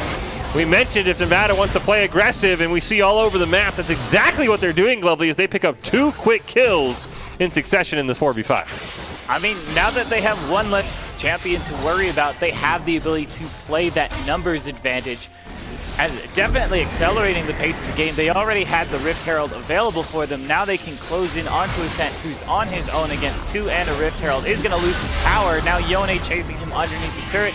Good stun will keep the Yone from being able to completely follow up, so he will get out with his life. But only just barely, as the Rift Herald gets a second charge. Yeah, it was a nice yellow card there. Otherwise, I think Ascent was dead. And so now I think for Boise State, this to me feels like it is less about how can you win this game, though I'm sure that's still in the back of their mind. And of course, if Ethug comes back, you give him some time to catch up. And more, okay, when can Ethug come back? How long do we need to stall out? I'm sure if you're Ethug, you want to make sure everything's good to go. You don't just want to get connection back and immediately fire things up. Like we said, does appear to be more than just a single issue, sort of a more localized outage. So definitely not just affecting him. But I think it's going to be interesting to see if we see Boise State maybe go full stall. Everybody builds tank. They just defend, and they can buy time. Ethug's good to go in Game 3, because when Boise State's been at full strength, they definitely feel like they've been the better team. This game's a lot closer than Game 1, but as you mentioned before we went to break, felt like Boise State was still in the lead.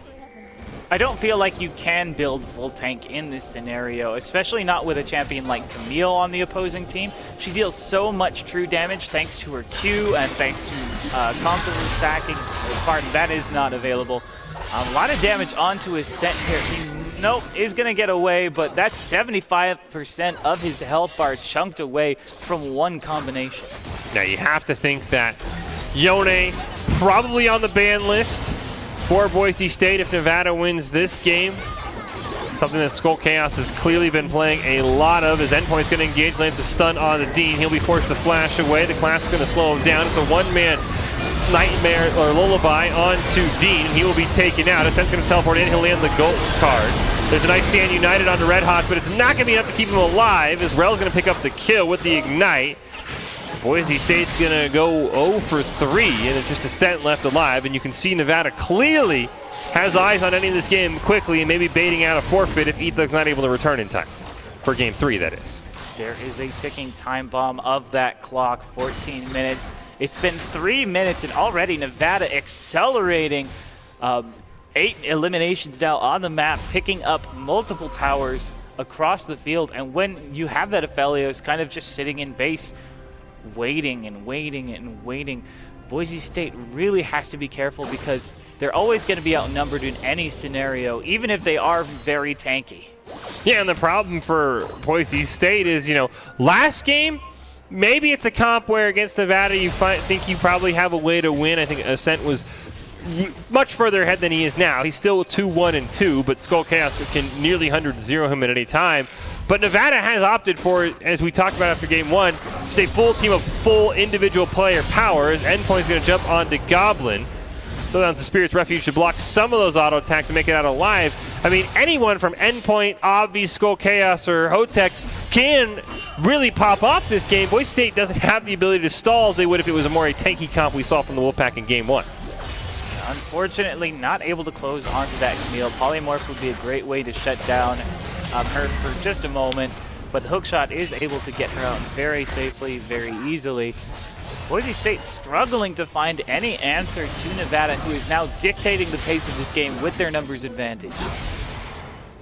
Endpoint really starting to bully Goblin. You can really see for Boise State, there's a lot of bans that might be on the table if we get to a game 3 that is playable. This Camille has been absolutely a thorn in the side of Goblin. Same with that Yone on Skull Chaos. So a couple of bans the Broncos probably have to think about. Hotek on the Misfortune hasn't had much of an impact. 0-2-1. Does have decent CS, but has been uncontested in lane for the last 4 minutes. As Skull Chaos going to get a tier 2 bot tower, and Nevada once again maintaining this pressure on Boise State. 3 Broncos on the top side. See a tower dive potentially building here for Nevada as Boise State goes chasing after Endpoint and finds nothing. I could have sworn that taunt hit, but one of the downsides as we're seeing here is that Nevada is able to split push with impunity. Members in all 3 lanes, and Boise State either has to commit to trying to fight in a disadvantageous situation or they leave their lanes open. They are closing now in onto this Yone, who is going to use the ultimate during that fight. Explosive cast. Finds one. Skull Chaos picks up Dean, though. Fire Sword gonna get red hots as well, and they're accelerating this game to its finish. Double kill now to Endpoint. Oh, the heal barely keeps Hotek alive from the turret. Looks like they're gonna pick up the inhibitor, and I will say, for Nevada's credit, they definitely have realized as a team, not only can they win this game, they're playing overly aggressive just to make sure they can maybe try and bait it so that Etha can't return. It's a very interesting strategy, but if it's available to you, I don't really think you can criticize them for pulling it off. Because it doesn't, sometimes when you say, hey, let's go super aggressive, it doesn't always work.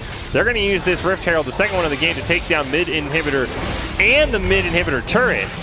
And let's see if Boise State able to take down Heraldina before she gets a charge onto their turrets. And now this is where Boise State really has to engage into full stall, depending on what Ethug's status is. We don't have any updates for you. For any of you who are wondering, that is unfortunate now.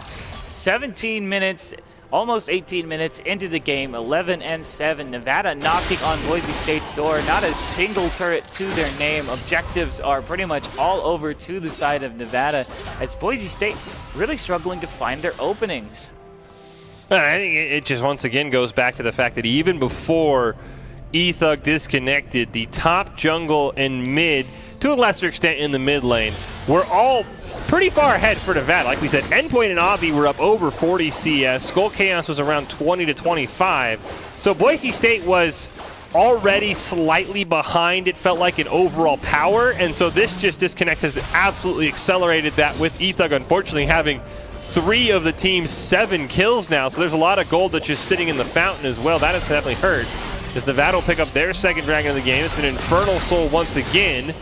And this is where I would think for Nevada, if you're trying to end the game quickly, this is a mistake. You can shove through mid. Picking up a third inhibitor does nothing but waste time. So I would say if you're Nevada, you should be 5-manning the Boise State base, not pushing a turret just to pad your stats. It is possible they just want to absolutely confirm that they are going to be able to win this game. So that even if Ethug does come back, he'll be so far behind, he won't have the gold to do anything. Good explosive cast, but not able to follow up on it. Dean, my goodness, getting deleted, forced to fall to Wild Growth and gets destroyed. Skull Chaos on a rampage now as they're going to pick up their third inhibitor. Boise State flailing around trying to find something, but overall that ticking clock is getting closer and closer. I just really think Nevada could have potentially just ended the game right there, though, had they shoved through mid. I mean, time is of the essence, not only for Boise State to hopefully get Ethug back, but for Nevada to try and end this. Now, I don't know the rules on how much time Boise State gets in between games, because this one is clearly going to go Nevada's way, and we're heading to a game 3. Unless a miracle happens, Ethug will reconnect right now and pulls off the pentamiracle. As Boise State's going to lose their first Nexus turret, they'll lose Red Hots as well. Nice knock up in the air on Goblin. He's not going to be able to retreat.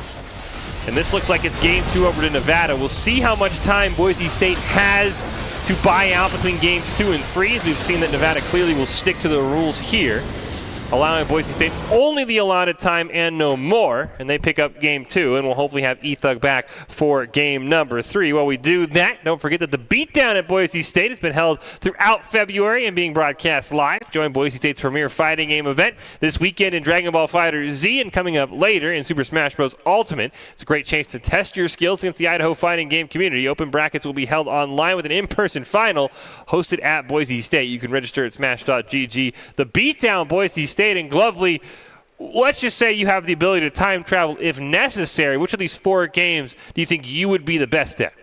Of course, I say time travel because some of these are already over, so you could not enter. But which of these 4 games would you pick if you had the chance? I mean, Super Smash Bros. Ultimate is still available, and I'd like to think I'm a pretty good Banjo and Kazooie player. So maybe you'll have to go against Glovely's Banjo and Kazooie coming up on February 20th. We do not know, but it is a ton of fun. I cannot wait to see the in-person finals. Great for Boise State to branch out into the fighting games. Really something Boise State's done really well this entire semester is branch out into, Call of Duty, into these fighting games. But right now, a branch extended to Nevada. Maybe they can snag away a victory here in game 3. The Broncos unfortunately lose Ethug at a very, very crucial time. Can't really judge the last half of that game because it was a 4v5. It felt like, though, you thought Boise State was ahead before Ethug disconnected, but at the same time, Endpoint especially was leaning towards that hyper carry Camille status. So I think Boise State definitely has to be aware of that top lane and probably going to make sure Camille does not make it through the Phase 1 bans this time. I mean, certainly they did take her off the table initially, and we've seen just how powerful that champion is. And especially with Goblin kind of struggling to get used to that situation in the top lane. For what it was, I thought he did an admirable effort holding up against that Camille. But when you're in a situation where you're outnumbered and the opposing team knows that they outnumber you, well, Doc's always telling us not to pick a fair fight. Yeah, Nevada took Doc's keys to the game and just absolutely ran with them because everything was an unfair fight. But we will take a short break. Hopefully Ethug will be back for game number 3. Otherwise, Boise State would have to forfeit. But game 3 between Boise State and Nevada, hopefully around the corner. Winner puts themselves probably in the driver's seat for the number 1 seed into the top 4 playoffs in the Mountain West and CLOL. We'll take a break. Hopefully Ethug's back. We've got game 3 right around the corner.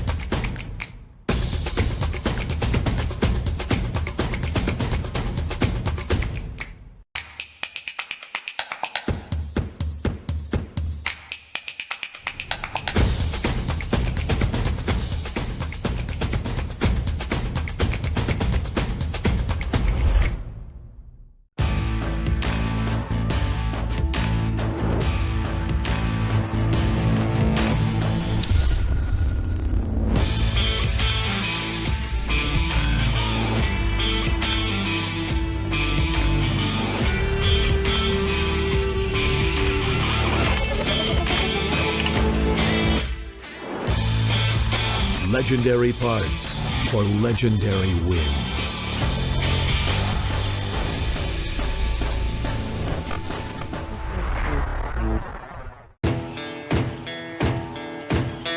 Here are a couple lessons I've learned over the years. Friendships come in all shapes and sizes. And always buckle up. Seatbelts save lives. That's a rule we can all live by.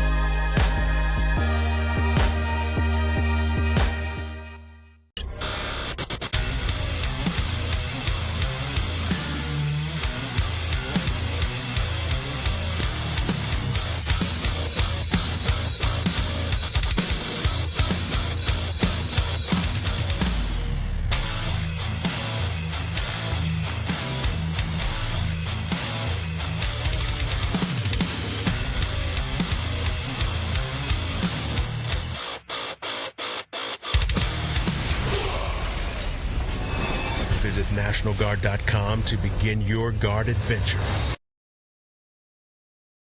State Game Pants Esports Arena. Good news for Bronco fans. We do know E-Thug has returned, so he will be available for game number 3 between Boise State and Nevada. So we will be able to settle this one on the Rift, as opposed through the rule book between these two teams. So great news for Boise State. Felt like when E-Thug was there, they were the better team. But like I said, in game 2, it was trending Nevada's way, especially through Endpoint in that top lane, who had a 40 CS lead and a couple kills up on Goblin. So I think that Camille definitely going to be a priority ban. Fish and Glovely here, getting ready to see if Boise State can defend their fall title against a team that challenged them the most in Nevada, or if the Wolfpack will get revenge for that championship loss to Boise State. Either way, both these teams want to be in that top 4 when the CLOL regular season ends in just a few weeks, as we're almost done. Boise State only 3 games left after tonight, Glovely. And I think Camille's going to be a priority ban. And the good news for Boise State, losing that game, they'll get blue side. They can free up that Udyr ban because they want to pick it themselves. So now there's a lot of pressure on Nevada.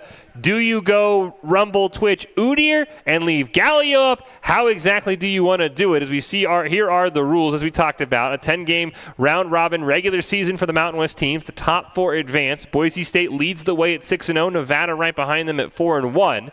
Mountain West winner and the runner-up advance to the CLOL playoffs. That's where Boise State and Nevada found themselves in the fall. So as we get into our bans in Game 3 here, what do you do if you're Nevada? We know Rumble, Twitch, most likely gone. I don't think they'll make the mistake of leaving Rumble up like they did in the fall. Who's your third ban? Is it Galio like we've seen? Is it Udyr, or is it someone else? It depends on what you're scared of for the composition that you're drafting. Certainly Udyr would be the obvious pick just because he's a strong pick in the meta right now. And hey, Boise State can run it. You want to take that off the field.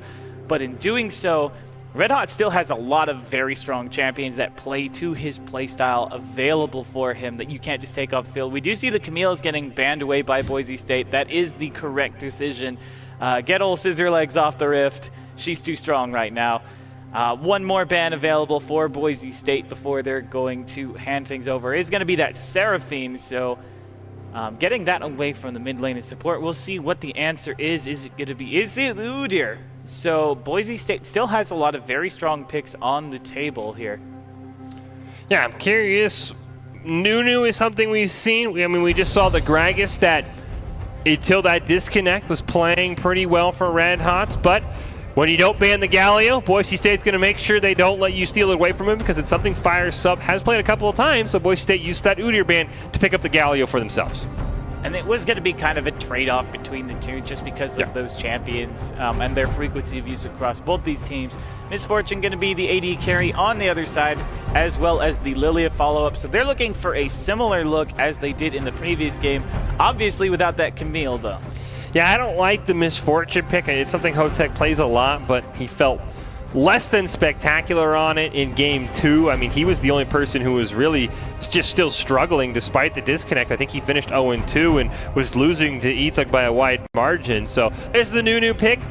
kind of what we expected. There's the Shen. Boise State wants to keep that. They'll keep mid lane in AD carry and Raps, but I highly doubt that Nevada's going to be able to ban out Ethug because, I mean, we've seen his champion pool is just so incredibly wide. We've seen Vayne, we've seen Aphelios, we've seen Kaisa.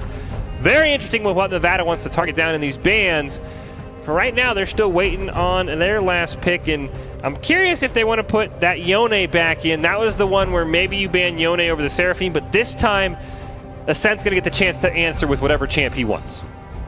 And it is now going to be either, it could be that mid lane, could be the Galio, but the Galio could be the support. So Boise State having some flexibility there. The Anivia is going to get banned away. Probably a good choice given its effectiveness in the game 1. Rel going to be the answer on the other side. It was very effective in game 2. So both of those respect bans, definitely good choices by both teams here. But still a lot of very strong champions on the table. Vayne is going to be taken away, so that's actually a lot of bans now aimed at Ethug here in that AD carry role. Yeah, with the Kaisa still up, it is sort of interesting. I thought maybe they would have tried to take away another mid laner from Ascent because, like we said, Ethug has just been able to really play whatever he wants in the bot lane. There's that Morgana ban, so Boise State definitely targeting down Fire Sup in their end. And there's that Gangplank. Not as scary as the Camille would be, but definitely a champion that if you let him get far enough ahead can be a nuisance to deal with. So Goblin's going to have some issues, especially in that range versus melee matchup. There's the Malphite pick. Now we're getting kind of wild. Okay, so let's look at these champions. All of them have the ability to play top lane. All of them have the ability to play support. All of them have the ability to play mid, so there is an incredible amount of flexibility on the side of Boise State. Xayah is going to be the final choice. Personally, what we've seen of Ethug Xayah, I wasn't super impressed. It is still a good champion, but maybe not one I would have picked for him. And Maokai going to be the answer on the other side, so if I had to guess, you've got some sort of tanky support thing going on. I'm shocked you weren't more hyped because, I mean, every time I talk to you, I mean, more top lane. I think this Maokai's in the bot lane of, hey, Glovely, what would you put in this situation? Like Maokai. It's like your new Garen almost. They pick Maokai, and you know, you just, I was expecting you to start jumping out of your chair, Glovely, that's all. But it is interesting. I think it's probably Malphite mid. I'll be curious to see how much AP he does build. Of course, we get Doc's keys to the game. Heading into game 3, they're a little bit different, Glovely, if you'll notice. Strike first, strike hard, no mercy. Sweep the leg, in quotes, enforce the rulebook as much as you can, maybe. We'll have to see. It's all brought to you by Count, whose Identity Trust Global Network delivers real-time fraud prevention, account protection, and enables a personalized customer experience for more than 9,000 leading brands and payment providers. If you want to stay safe online, make sure you don't get swept the leg by something spooky online. Go check them out, count.com, KOUNT.com. And I don't have the official statistics, Glovely, but I'm pretty sure when the Karate Kid has come out and the sweep the leg order has been issued to Boise State, in my mind and my recollection, Boise State usually answers the call. I mean, it certainly isn't the story of the Karate Kid in most scenarios. I don't think they have a crane stance available to them. Udyr only has so many stances, and he's been banned anyway. I think this is a recreation of Doc's speech to the team before game 3.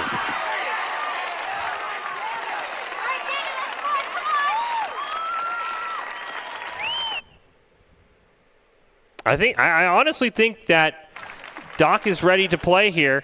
If we're going into game 3, Boise State, I think maybe a little upset about how game 2 went, Glovely, and I think they're going to go all in.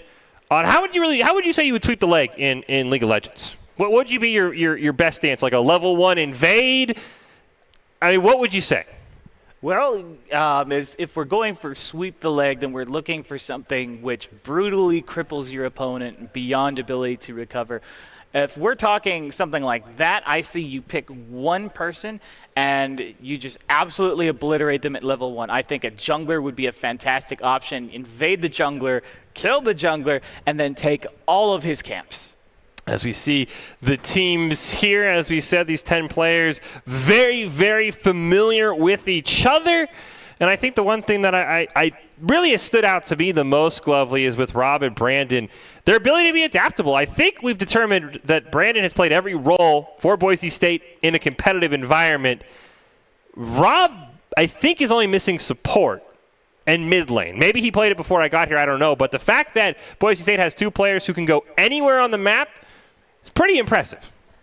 Definitely, and I've been watching these guys this whole time, and it's always surprised me as to the versatility that they can bring, not just across the roles, but even within those roles. We've seen them pull out some crazy champion picks. I remember seeing AD carry Ivern in the bottom lane and being like, what are we even watching?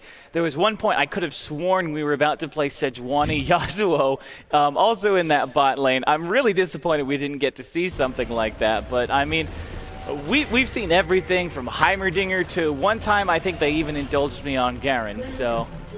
And I think, that's the other thing. I think Andrew and David as well have done that, where we've seen, them go up to the top lane. Of course, we've seen Ethug now rotate into the AD carry role as Boise State. It's about as sweep the leg as you could get.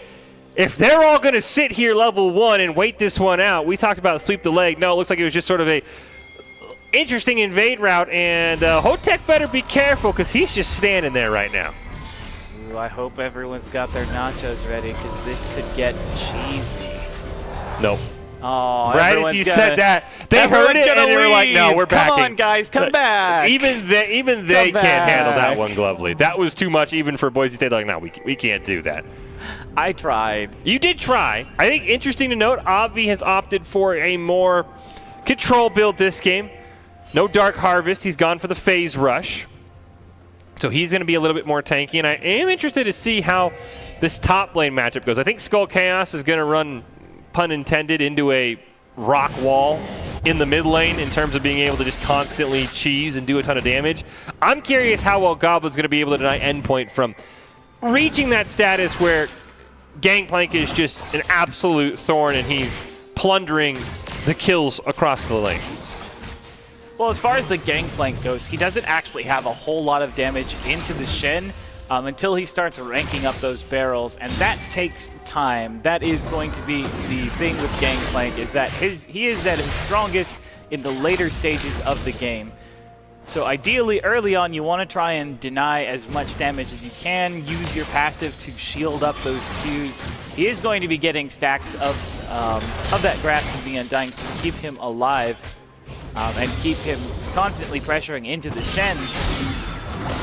But eventually, the Shen is going to just be tanky enough that Gangplank's damage will kind of get ignored. Yeah, there is an interesting strat I know is very prevalent at pro play last season, where in this Gangplank versus Shen matchup, if you're the Gangplank, you would chug through your Corrupting Potions, you would spam your parlay with Grasp up, and then as soon as you ran out of mana and Corrupting Potions, you would immediately back, refill, and then teleport, and you just are constantly keeping that Shen on the back foot. It doesn't look like that's what Endpoint's doing in this, but I think that would have been an interesting strategy of how hard can he just slam down Goblin and really force that Shen to be behind the 8-ball. I think Endpoint might have wanted to do that, because right now all Goblin has to do is not feed his lane, hit 6, stand united onto Ethug, and Boise State's going to be in a pretty good spot. Curious to see how much damage Ascent's going to build, because that would be my one complaint for Boise State is if Ascent doesn't build more AP, this is about as close to an Ethug funnel as we've seen in a while.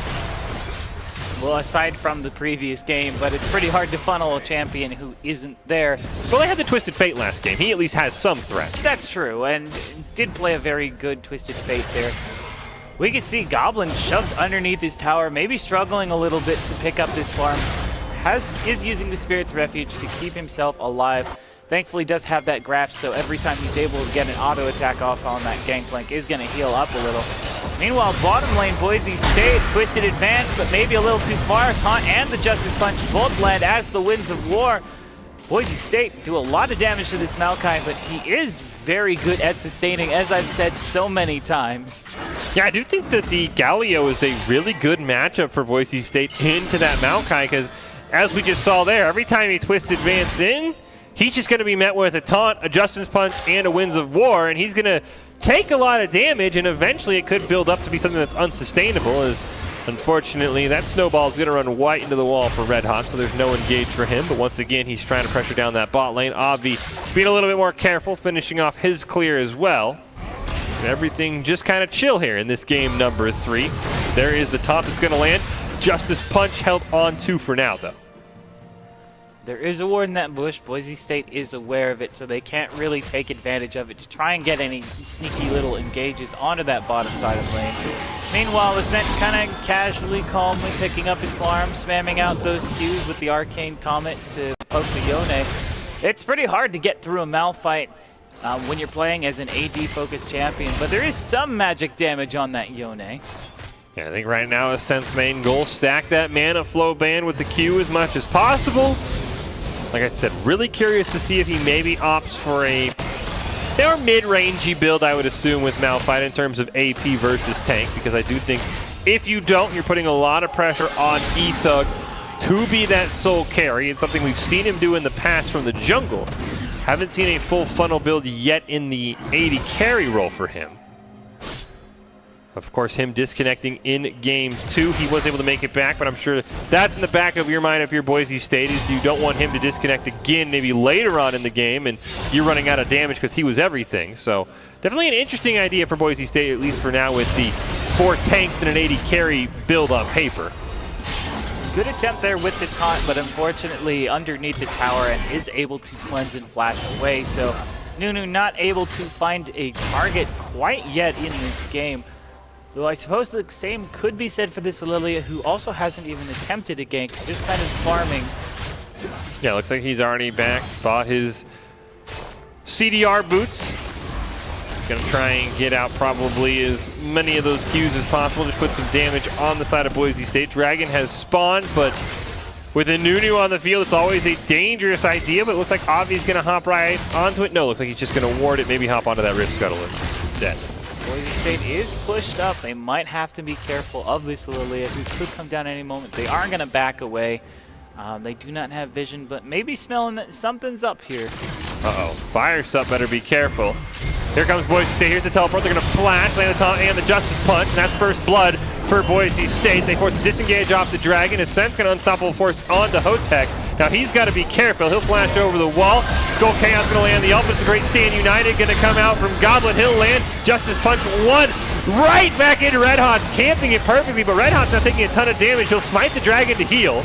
Now here comes the teleport from Endpoint. Everybody's going to join the fight. Max range taunt lands onto Avi. Not sure if it hit, but Riot said it does. And Boise State gets a huge win. Endpoint going to eat the oranges to try and stay alive. Snowball's going to land onto Hotek. There's no flash available from that misfortune. He is good as dead. They'll feed the kill over to Ethug. That's how you want to start if you're Boise State with this comp. 3 kills, and they're all onto that Xayah. Consider the leg sweep, Doc, as Boise State controls a demanding fight around this Dragon. They are going to pick up first Dragon for themselves. It's a clout drag. That's going to be real great for that Malphite. Overall, Boise State playing that almost perfectly. The only downside during that fight is that Ascent did use the Unstoppable Force without finding a target quite well. But that was fine. It just baited more members into the fight.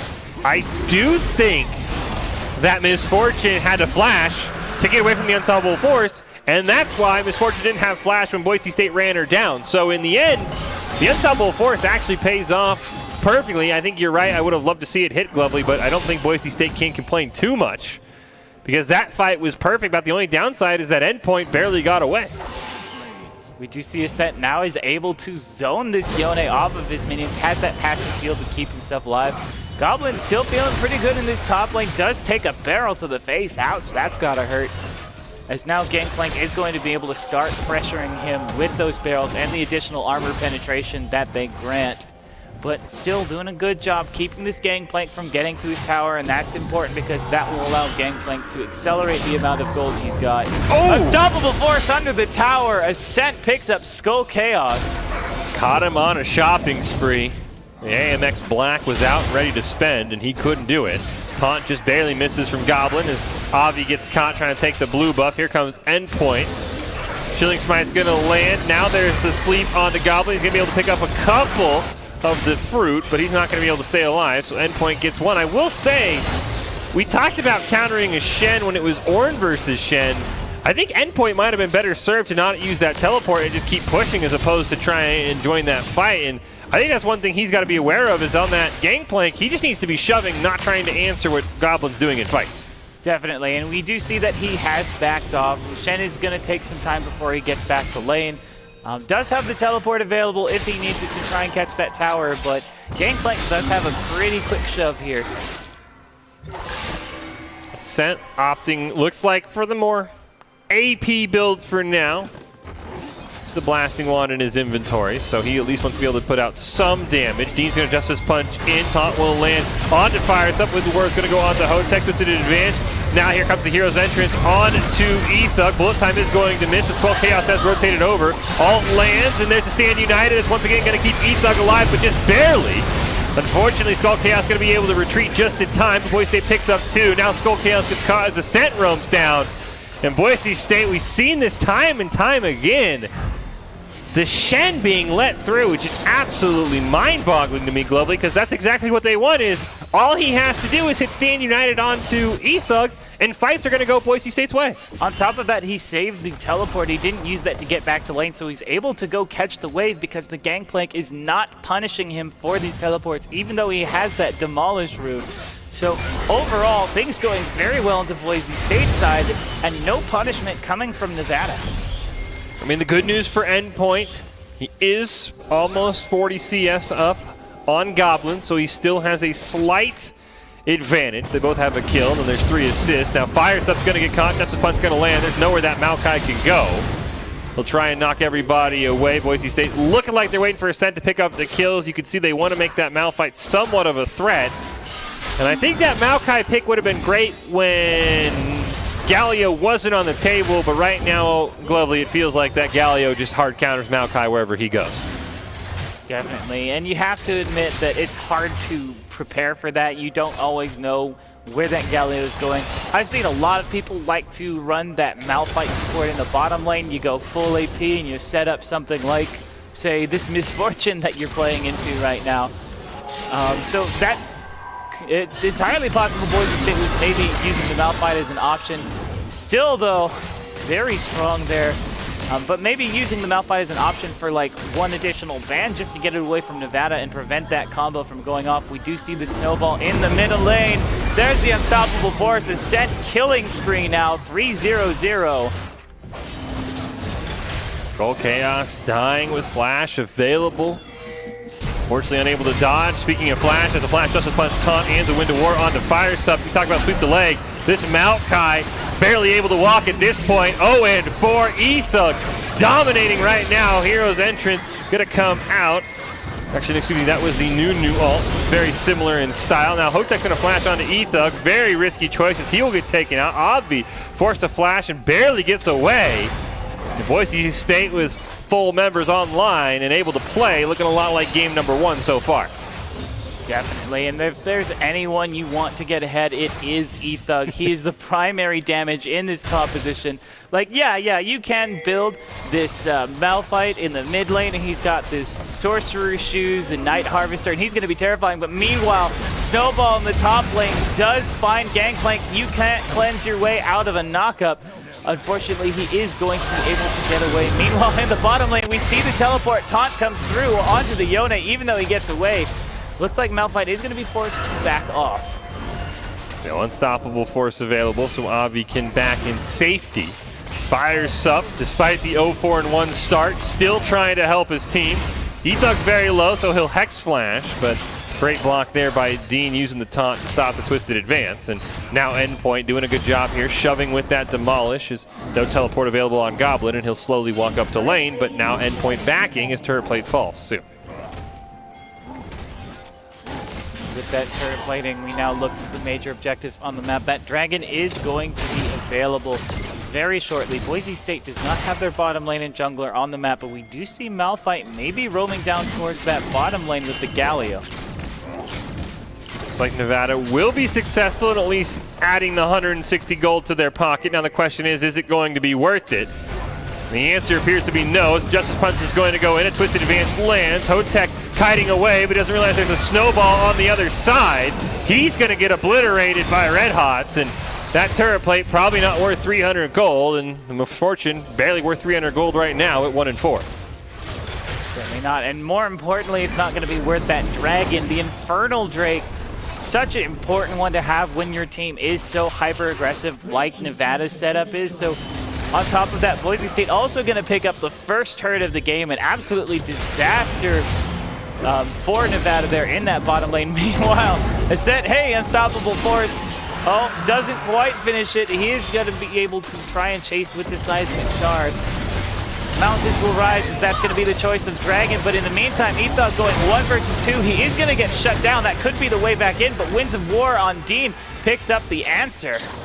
Unfortunately, Dean's Hex Flash just not able to channel in time to stop that last auto attack with the taunt.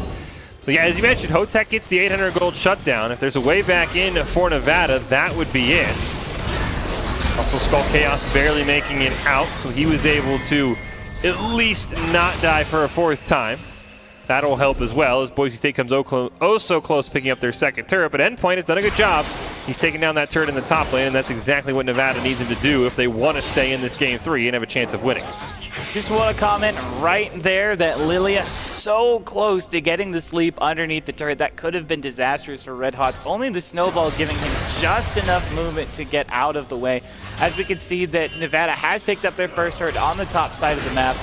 Gangplank is going to sniff out that something smells pretty sus here. Dean's going to Justice Punch his way to safety, gets 2 in the mid lane. Looks like Skull Chaos has chosen that he wants to go and push the bot lane. Be curious to see who Boise State sends to answer him. And there's Red Hots and Avi going to run into each other. Fortunately, that Lilia just barely fast enough. The root does land. Absolute Zero comes out, but it's not enough. Huge Unstoppable Force. No Blast Cone for you. Unfortunately for Avi, he'll be sent back to the base. Red Hot gets another, or Ethug, excuse me, gets another turret picked up. Snowball gets interrupted by the Twisted Advance. Weird little interaction there. Red Hot's got to get away. Bullet Time's going to stop him. Another shutdown onto Hotek. It's the 80 carry he wants to play, and he's got 1,000 gold worth of shutdowns on it. So if Nevada has a chance, it's through this Kraken Slayer and this Misfortune. Even though their bottom lane has been put pretty far behind, there is that danger always of the AD carry reaching that point where they become this carry. That was 1 Seismic Shard from this Malphite, dealing like 1/4 of his health. Look at this. He hasn't even used the Unstoppable Force. This Yone getting absolutely bullied by this Malphite. Oh no. 1v1 goes over to Ascent. Unstoppable.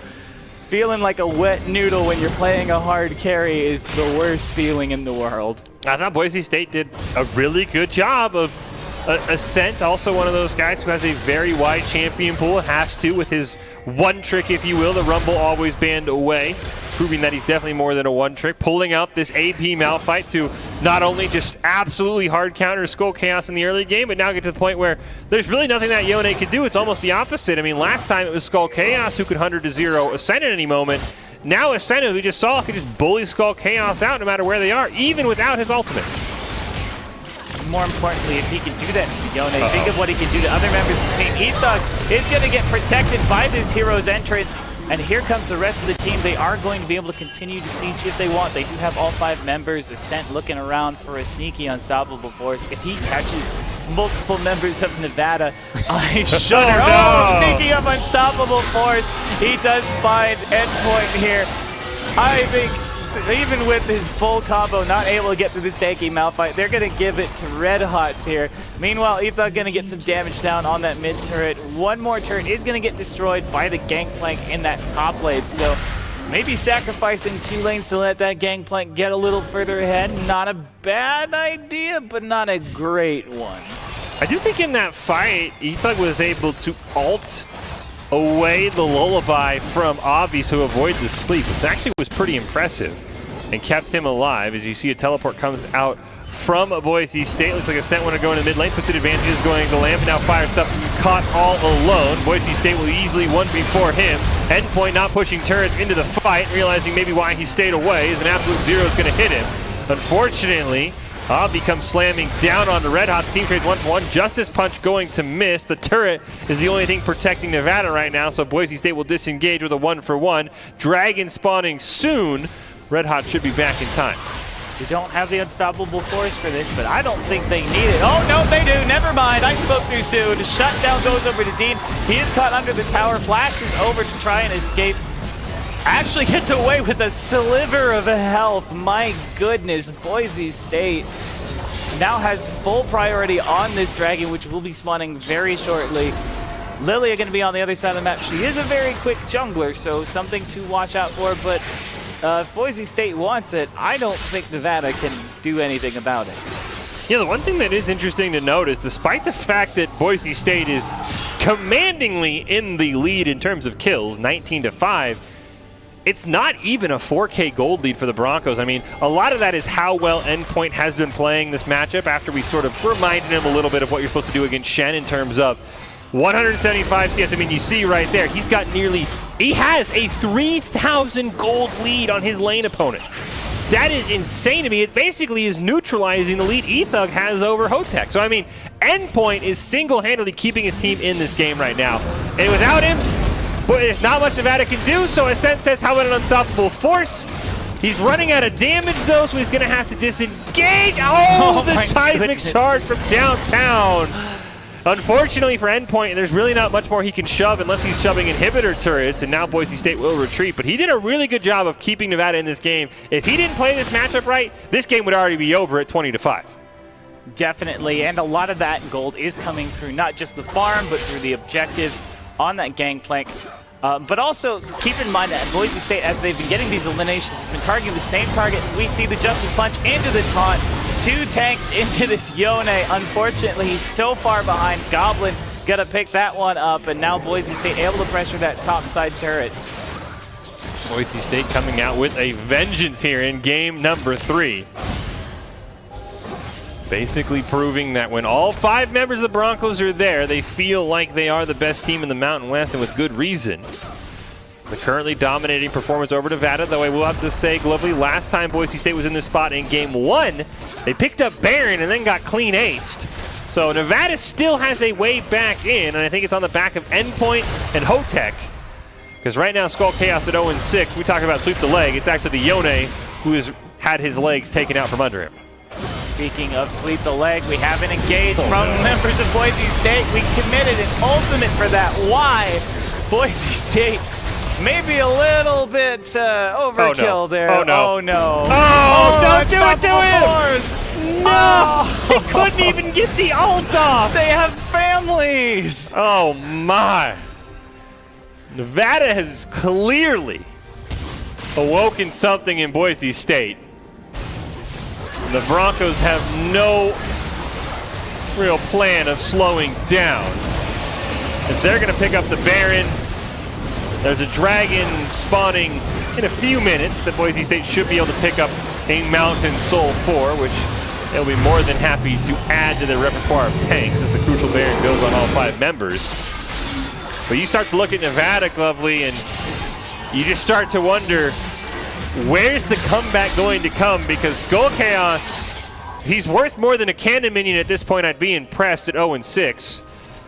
And Endpoint's really your only guy at 2-3-1. Little gift from Dr. Haskell here. Gotten the sweep the leg. I love this. You folks can't really see it on your screen. I can get it about as close there. There you go. Avoid the camera glare. So here's my theory. Ethug was not actually disconnected. He was training. He was charging up his attack. He was raising his power level. This is some DBZ transformation stuff that's going on here. And all of that power being transferred to his teammates. This is the spirit bomb being dropped on the heads of Nevada. Oh my goodness, 23 eliminations. Yeah, I do think the other issue for Nevada is it feels like the Wolfpack put a lot more stock in game 2 and how the result went after the disconnect than how it went before, because I think Boise State was clearly ready for the Yone, and it really wasn't that great as we see a fight break out. Firestuff able to get away. And there's the unstoppable force. LOL JK, says Ascent the best he can as he just makes sure Firestuff goes to 0-6 as well. But I think that Nevada put a lot of stock, Lovely, in Skull Chaos's Yone play and how he was dominating when Ethug was no longer around. And so like, oh, we'll just run it back. It'll be fine. It's obvious he's going to use the sleep. He's also going to throw out the Zanyas. Nice feather time there from Ethug to dodge it. 2-man taunt going to land from Dean away from the team. Unfortunately, there's a tower stopping Boise State, so they will retreat. But all Nevada gets out of that is pain and suffering. On top of that, Boise State able to use their disengage opportunities. That Lilia could have been huge with that sleep. But they have so many disengage tools between the Featherstorm and the Hero's Entrance. We do see a taunt land on the bottom side of the map. Red Hot's probably going to be caught out here. Bullet time comes through. They are going to pick up that jungler, but Boise State otherwise able to retreat with that tower. And things could get dangerous. Keep an eye on that unstoppable force timer. You never know when it's going to come flying out at you from the fog of war. Looks like Boise State is going to back off, just barely dodging. Oh, never mind. That was from a teammate. Oh no. Oh, he unstoppable force. A little bit overzealous there that time, Ascent. He flashes away, but he's not going to be able to make it. I will say, Nevada has somehow had the most insane luck with these shutdowns. Every single one has somehow gone on to Hotech. He's 5-6-0, and I don't think that's intentional. They're going to be able to deny Boise State the Mountain Soul for now. But for how long? There is a comeback here for Nevada, and Hotech, it's the champion he wanted to play. It got banned in game 1. He first picks it when there's, you know, better meta AD carries available in game 2 and game 3. If there's a guy to be 5-6-0 with, I think, about 3,000 gold worth of shutdowns in his pocket, it's the Misfortune. So Nevada has a way to come back, let's put it that way. Avi does not know that there was no way safely through the forest. He's going to get Justice Punch, wins a war. Hotech and the rest of the crew are here, though. Drowsy's going to land just on to Dean, who will safely chill behind the wall. Twisted Advance going to come out. Hero's Entrance will land right on to Ethug. It's a knockup onto Fire. Subskull Chaos going to be the next target of Ethug's Mercy.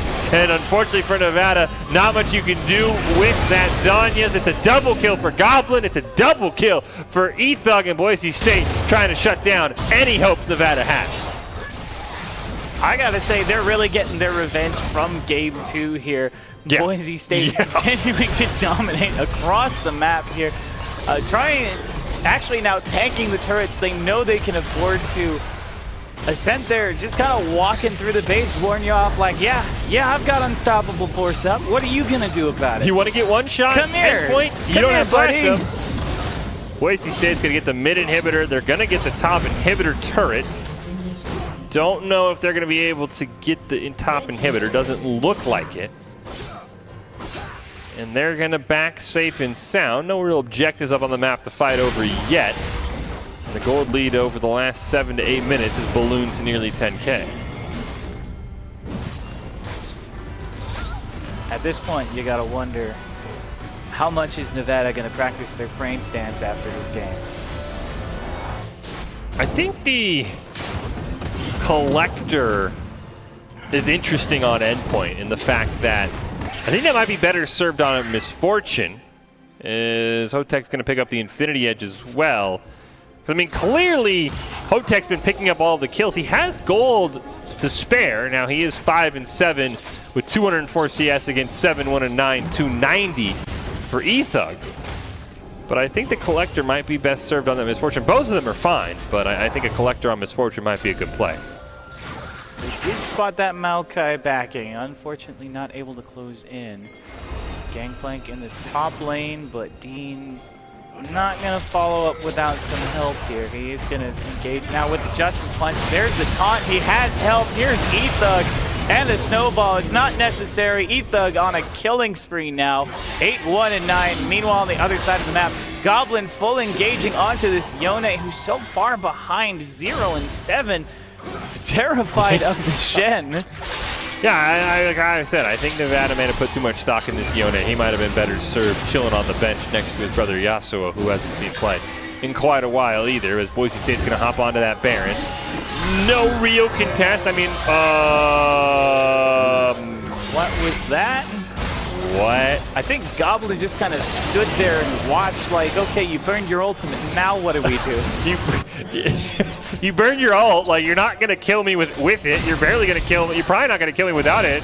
I'm 3 levels ahead of you. That, unfortunate we caught that on camera, and I think Skull Chaos would be the first to admit this has not been his best game by a long shot.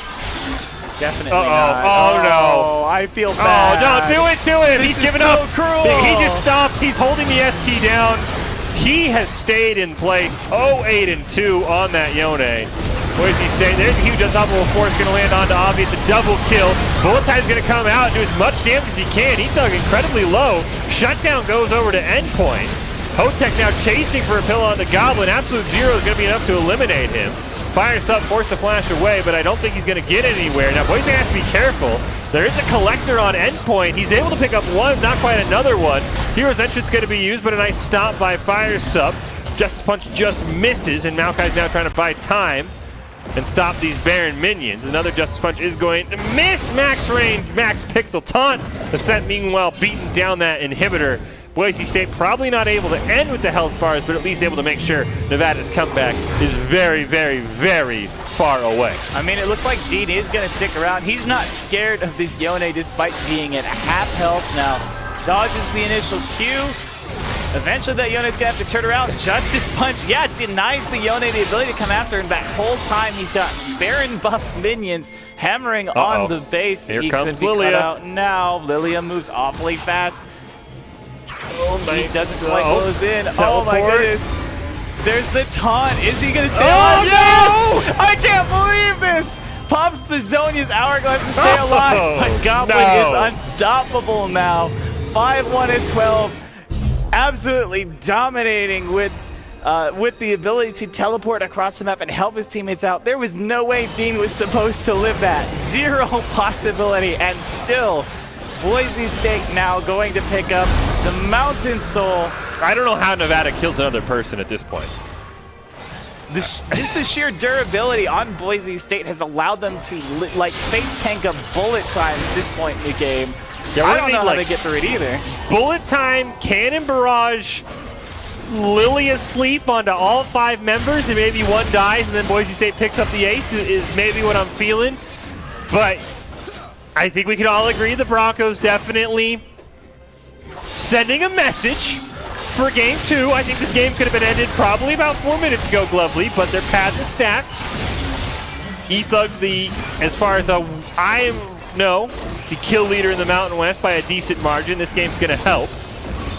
Twisted Van is going to land onto it. They're going to full ult him. Nice Feather Storm going to be used to immediately die to the Unstoppable Force. Fires up the next target for Boise State at 0-8-8. Let's make it 0-9-8. Dean with no fear. He'll charge under the tower. Going to land the double taunt as well. The only way the Broncos die might be to the laser, as it's a triple kill for Ethug, and Boise State has wrapped up this game 40-9. I have not seen a kill spread that big in a while, and Boise State is going to be the winner here. CLOL Spring Regular Season winner. I guess if that's how the tiebreakers work out, by my math, the Broncos needed a couple more wins, but they are playing some of the bottom of the Mountain West. Anything's possible. Never know what can happen, but it does look like it's almost assured that Boise State will walk away with the regular season title in CLOL, especially dominating San Jose State, Colorado State. Nevada took 3 games. Officially, I think on the record, you might say it would have been a 2-0 regardless. Only game Ethug has now lost in CLOL in the Mountain West in AD carry has been a disconnect. And just some of these stats absolutely mind-blowing to me, Glovely. Skull Chaos, as we see here, had an absolutely unfortunate game, 0-9-2. Ethug doubled the next closest damage, which is insane. And Sent and Ethug finished the series at 20-5, Glovely. Well, we swept the left leg and the right leg and the left arm and the right arm, and then suddenly you're just kind of tumbling head over heels towards your own Nexus. I'd say mission accomplished. Yeah, absolutely fantastic performance by Boise State. Definitely getting revenge for, like I said, the first time Ethug has lost in the AD carry role in CLOL. And it was a game he only played half of, unfortunately, due to a disconnect. And yeah, Boise State, I mean, we talked about it. We were debating who should they sweep the leg on, and you said it was target down one person. Skull Chaos ended up being the poor recipient of that. I mean, I don't think Skull Chaos was even the target. I think in the bottom lane, Firesup on that Maokai was caught out multiple times early on in the game. On the Yone, he just wasn't able to find those eliminations early on. Actually, we saw him just barely miss his ultimate onto the Maokai. This is that very unfortunate ultimate that he missed much later in the game. I thought for a moment that the game had frozen, but there were still minions auto-attacking, so it couldn't be that. I was like, did they forfeit? Did somebody disconnect? Very unfortunate game for Skull Chaos. Now, if you're Boise State, they got their revenge. Nevada still feels like and looks like a team that's probably going to be in that top 4. It's a little bit of a tougher road now with their second loss. They're tied up with Hawaii and San Diego State, but as long as Nevada takes care of business against those teams, they don't need to be too worried. So maybe if these teams meet in the finals later on, maybe Nevada will have their chance at sweep the leg. But right now, Boise State made sure there was no doubt in anyone's mind they are the top of the Mountain West. Quickly, Glovely, who's it going to be? ICCU player of the game? You have 2 seconds. Ascent, definitely. Dominant in game 1 and 3. And arguably the only carry available to them in game 2. So definitely my pick for this game. It's actually going to be Red Hot. Hey, I'm okay with this too. You know, I will say, feels like a make good. Because I want to say there was a time last week where it felt like Red Hots was the going-away player of the game, and it went over to either Ethug or Ascent. So I like it going on to Red Hots. Definitely game 1. He could do no wrong on that Udyr. Got it banned away the rest of the series. I mean, like we said, big shout-out to Ascent and Ethug going 20-5 overall in this series. You know, maybe you could argue Ethug's stats helped a little bit by the fact that he wasn't there for most of game 2.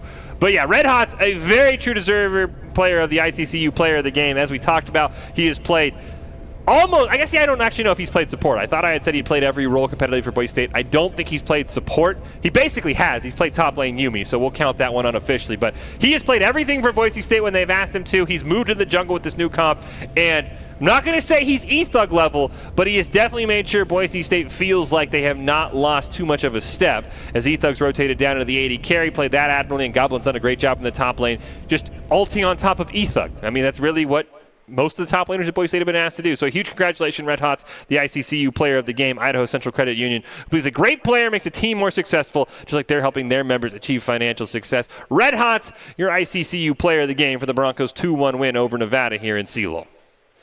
I think if there was any doubt about Red Hots as a jungler, that doubt has been wiped off the map. Phenomenal play across all 3 games for his team, especially with all those eliminations he had on the Udyr. But overall, fantastic play from all of the Broncos. Oh, 100%. I think it is a testament to Red Hots on, I mean, being bounced around up to the top lane, up to the jungle, sticky with it. And I think, like I said, last spring when he was jungling, Nunu was great, Ivern was great. Everything after that was kind of just meh. He's done a really good job playing the Udyr incredibly well, playing the Gragas incredibly well in that game we saw, and then playing the Nunu very well. So very hard to ban him out. As we see the CLOL standings, 10 games overall. Boise State, like we said, very, very comfortably in front. There's a scenario, I think, if everything goes wrong, that the Broncos could fall from that top spot, but the remaining games are New Mexico, who you see down there at 2-4, Fresno State, who you see down at 1-5, and then Utah State unpictured at the very bottom of the Mountain West. So it would take a miracle, but I think we cannot officially crown them champions yet, but unofficially we could, because Boise State has taken care of business, absolutely dominating this tough stretch of San Jose, Colorado State, and Nevada, who are expected to be in that top 4 playoff. We'll see if the Spartans make it. You saw there, they're trailing a little bit behind. But as we close out and before we get to our top plays in our post-game press conference, any last thoughts, Govley, before we go away? You know, I feel pretty vindicated, and as far as the play from the Broncos go, it's just wonderful. I don't think there's much better way to describe it. Well, we will have our top plays. Good luck picking from all of them, but we won't be quite done. We'll get Doc Haskell's post-game press conference. You don't want to miss that. But now, presented by the Idaho Army National Guard, who invites you to take your impressive critical thinking skills into real time. We're more than 10 jobs offering a $20,000 bonus and your degree of choice paid for. If you want more information, reach out on Twitch at iGuard Gaming. It is the top 5 plays, but then coming up right after, it's our post-game press conference. Don't go anywhere. Scale up. It's Boise State, it's Nevada, it's the 2 top teams from CLOL in the fall in the Mountain. From members of Boise State, we committed an ultimate for that. Why? Boise State Maybe a little bit overkill there. Oh, no. Oh, no. Oh, don't do it to him! Force. No! He couldn't even get the ult off! They have families. Oh, my.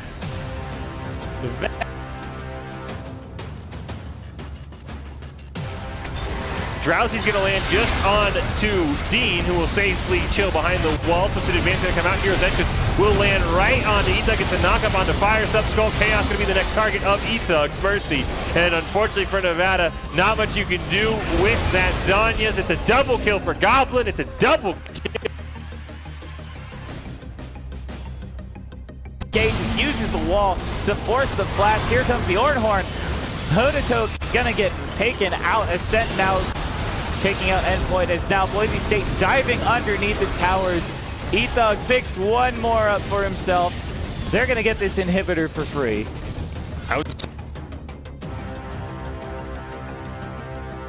The onslaught of shadows, the three-man knockup for Goblin. Here comes the Ornhorn.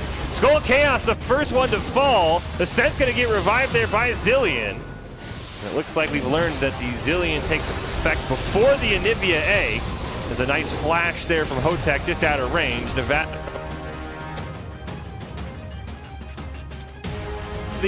As far as I know, the kill leader in the Mountain West by a decent margin. This game's going to help. Twisted Van is going to land onto him. They're going to full ult him. Nice Feather Storm going to be used to immediately die to the Unstoppable Force. Fires up the next target for Boise State at 0-8-8. Let's make it 0-9-8. Welcome back in to the Boise State Game Pants Esports Arena. The Broncos chugging right along in CLOL, taking down Nevada 2-1. We have our post-game press conference with Doc Haskell. I'm sure he's very pleased with the results overall of Game 3. And we talked about this a couple weeks ago, Doc, the sort of, tough stretch Boise State was going to have. Colorado State, San Jose State, Nevada. You can officially argue you guys went 6-0. The record will show 6-1. How do you feel how Boise State responded to the top League of Legends teams in the Mountain West over the last few weeks? I feel really good, and they are much tougher than they've ever been. The schools you just mentioned, when we left out San Jose, but we knew they'd be tough as well. Every single one of them has either been in a championship matchup or won a championship matchup, Nevada being the most recent. So we knew it was going to be tough. And as we wind down CLOL, I saw that we crowned Boise State the regular season champions. There's a couple games left. How do you fight against that complacency and that overconfidence? Because we've seen some lower teams like Wyoming challenge Boise State early on. So how do you make sure the Broncos stay focused and make sure they don't drop this number 1 seed with the remaining 3 games? Well, I mean, Coach Moore's got us in other tournaments as well, so it's not like our competition stops. We've got some really high-level scrims that were there, and we're still in the Upsearch League, so, which is an incredible, that's a tough, talented, league that we're in. So they're continuing to work on it. They're not sleeping on any games. Now, we know there's a 4-team playoff that will eventually determine the Mountain West Championship. We've had some heartbreak against Nevada. We've had some heartbreak against San Jose State in League of Legends. We've had some heartbreak against Colorado State in League of Legends, Doc. As the coach, who do you want to play in the championship game if you knew Boise State was going to win here in about a month or so in CLOL to really put a stamp over that team? We are happy to play whoever we want. Okay, now let me flip to the dark universe and maybe the angry version. No, not really. I would say, honestly, Nevada, we've got some of the longest, with the UNLV not in here. I mean, our longest rival is Nevada, and we love/hate Nevada like you're supposed to with your rival.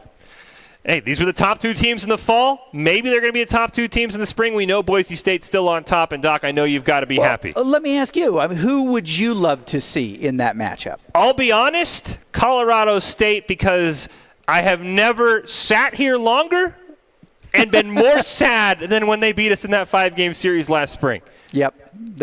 I think you're right with Nevada. Boise State and Nevada in a lot of sports hate each other. But personally, Colorado State maybe sit here for like 7 hours. Yeah. I would love to take them down. But you're right. They're all talented teams no matter who we play. Of course, we got to get there first. Got to win the semifinals. 100%. But Boise State clicking on all cylinders. Doc's happy. We're all happy. We're glad Ethug could come back, and I'm sure he is too. But for now, we're going to wrap things up for the night. Boise State moves to 7-0 in CLOL and looks very, very well on their way to getting that number 1 seed. We have a ton of great things still coming. We've got a ton of great League of Legends. As Doc mentioned, this team is in more than just CLOL. We've also got great Overwatch, Valorant, Rocket League, Call of Duty. It's all here, even Madden. So drop a follow on the Twitch page. Make sure you know when we go live, because there's a ton of great things happening at Boise State in the esports department right now. But for now, that's going to do it for us tonight. Until next time, have a great evening.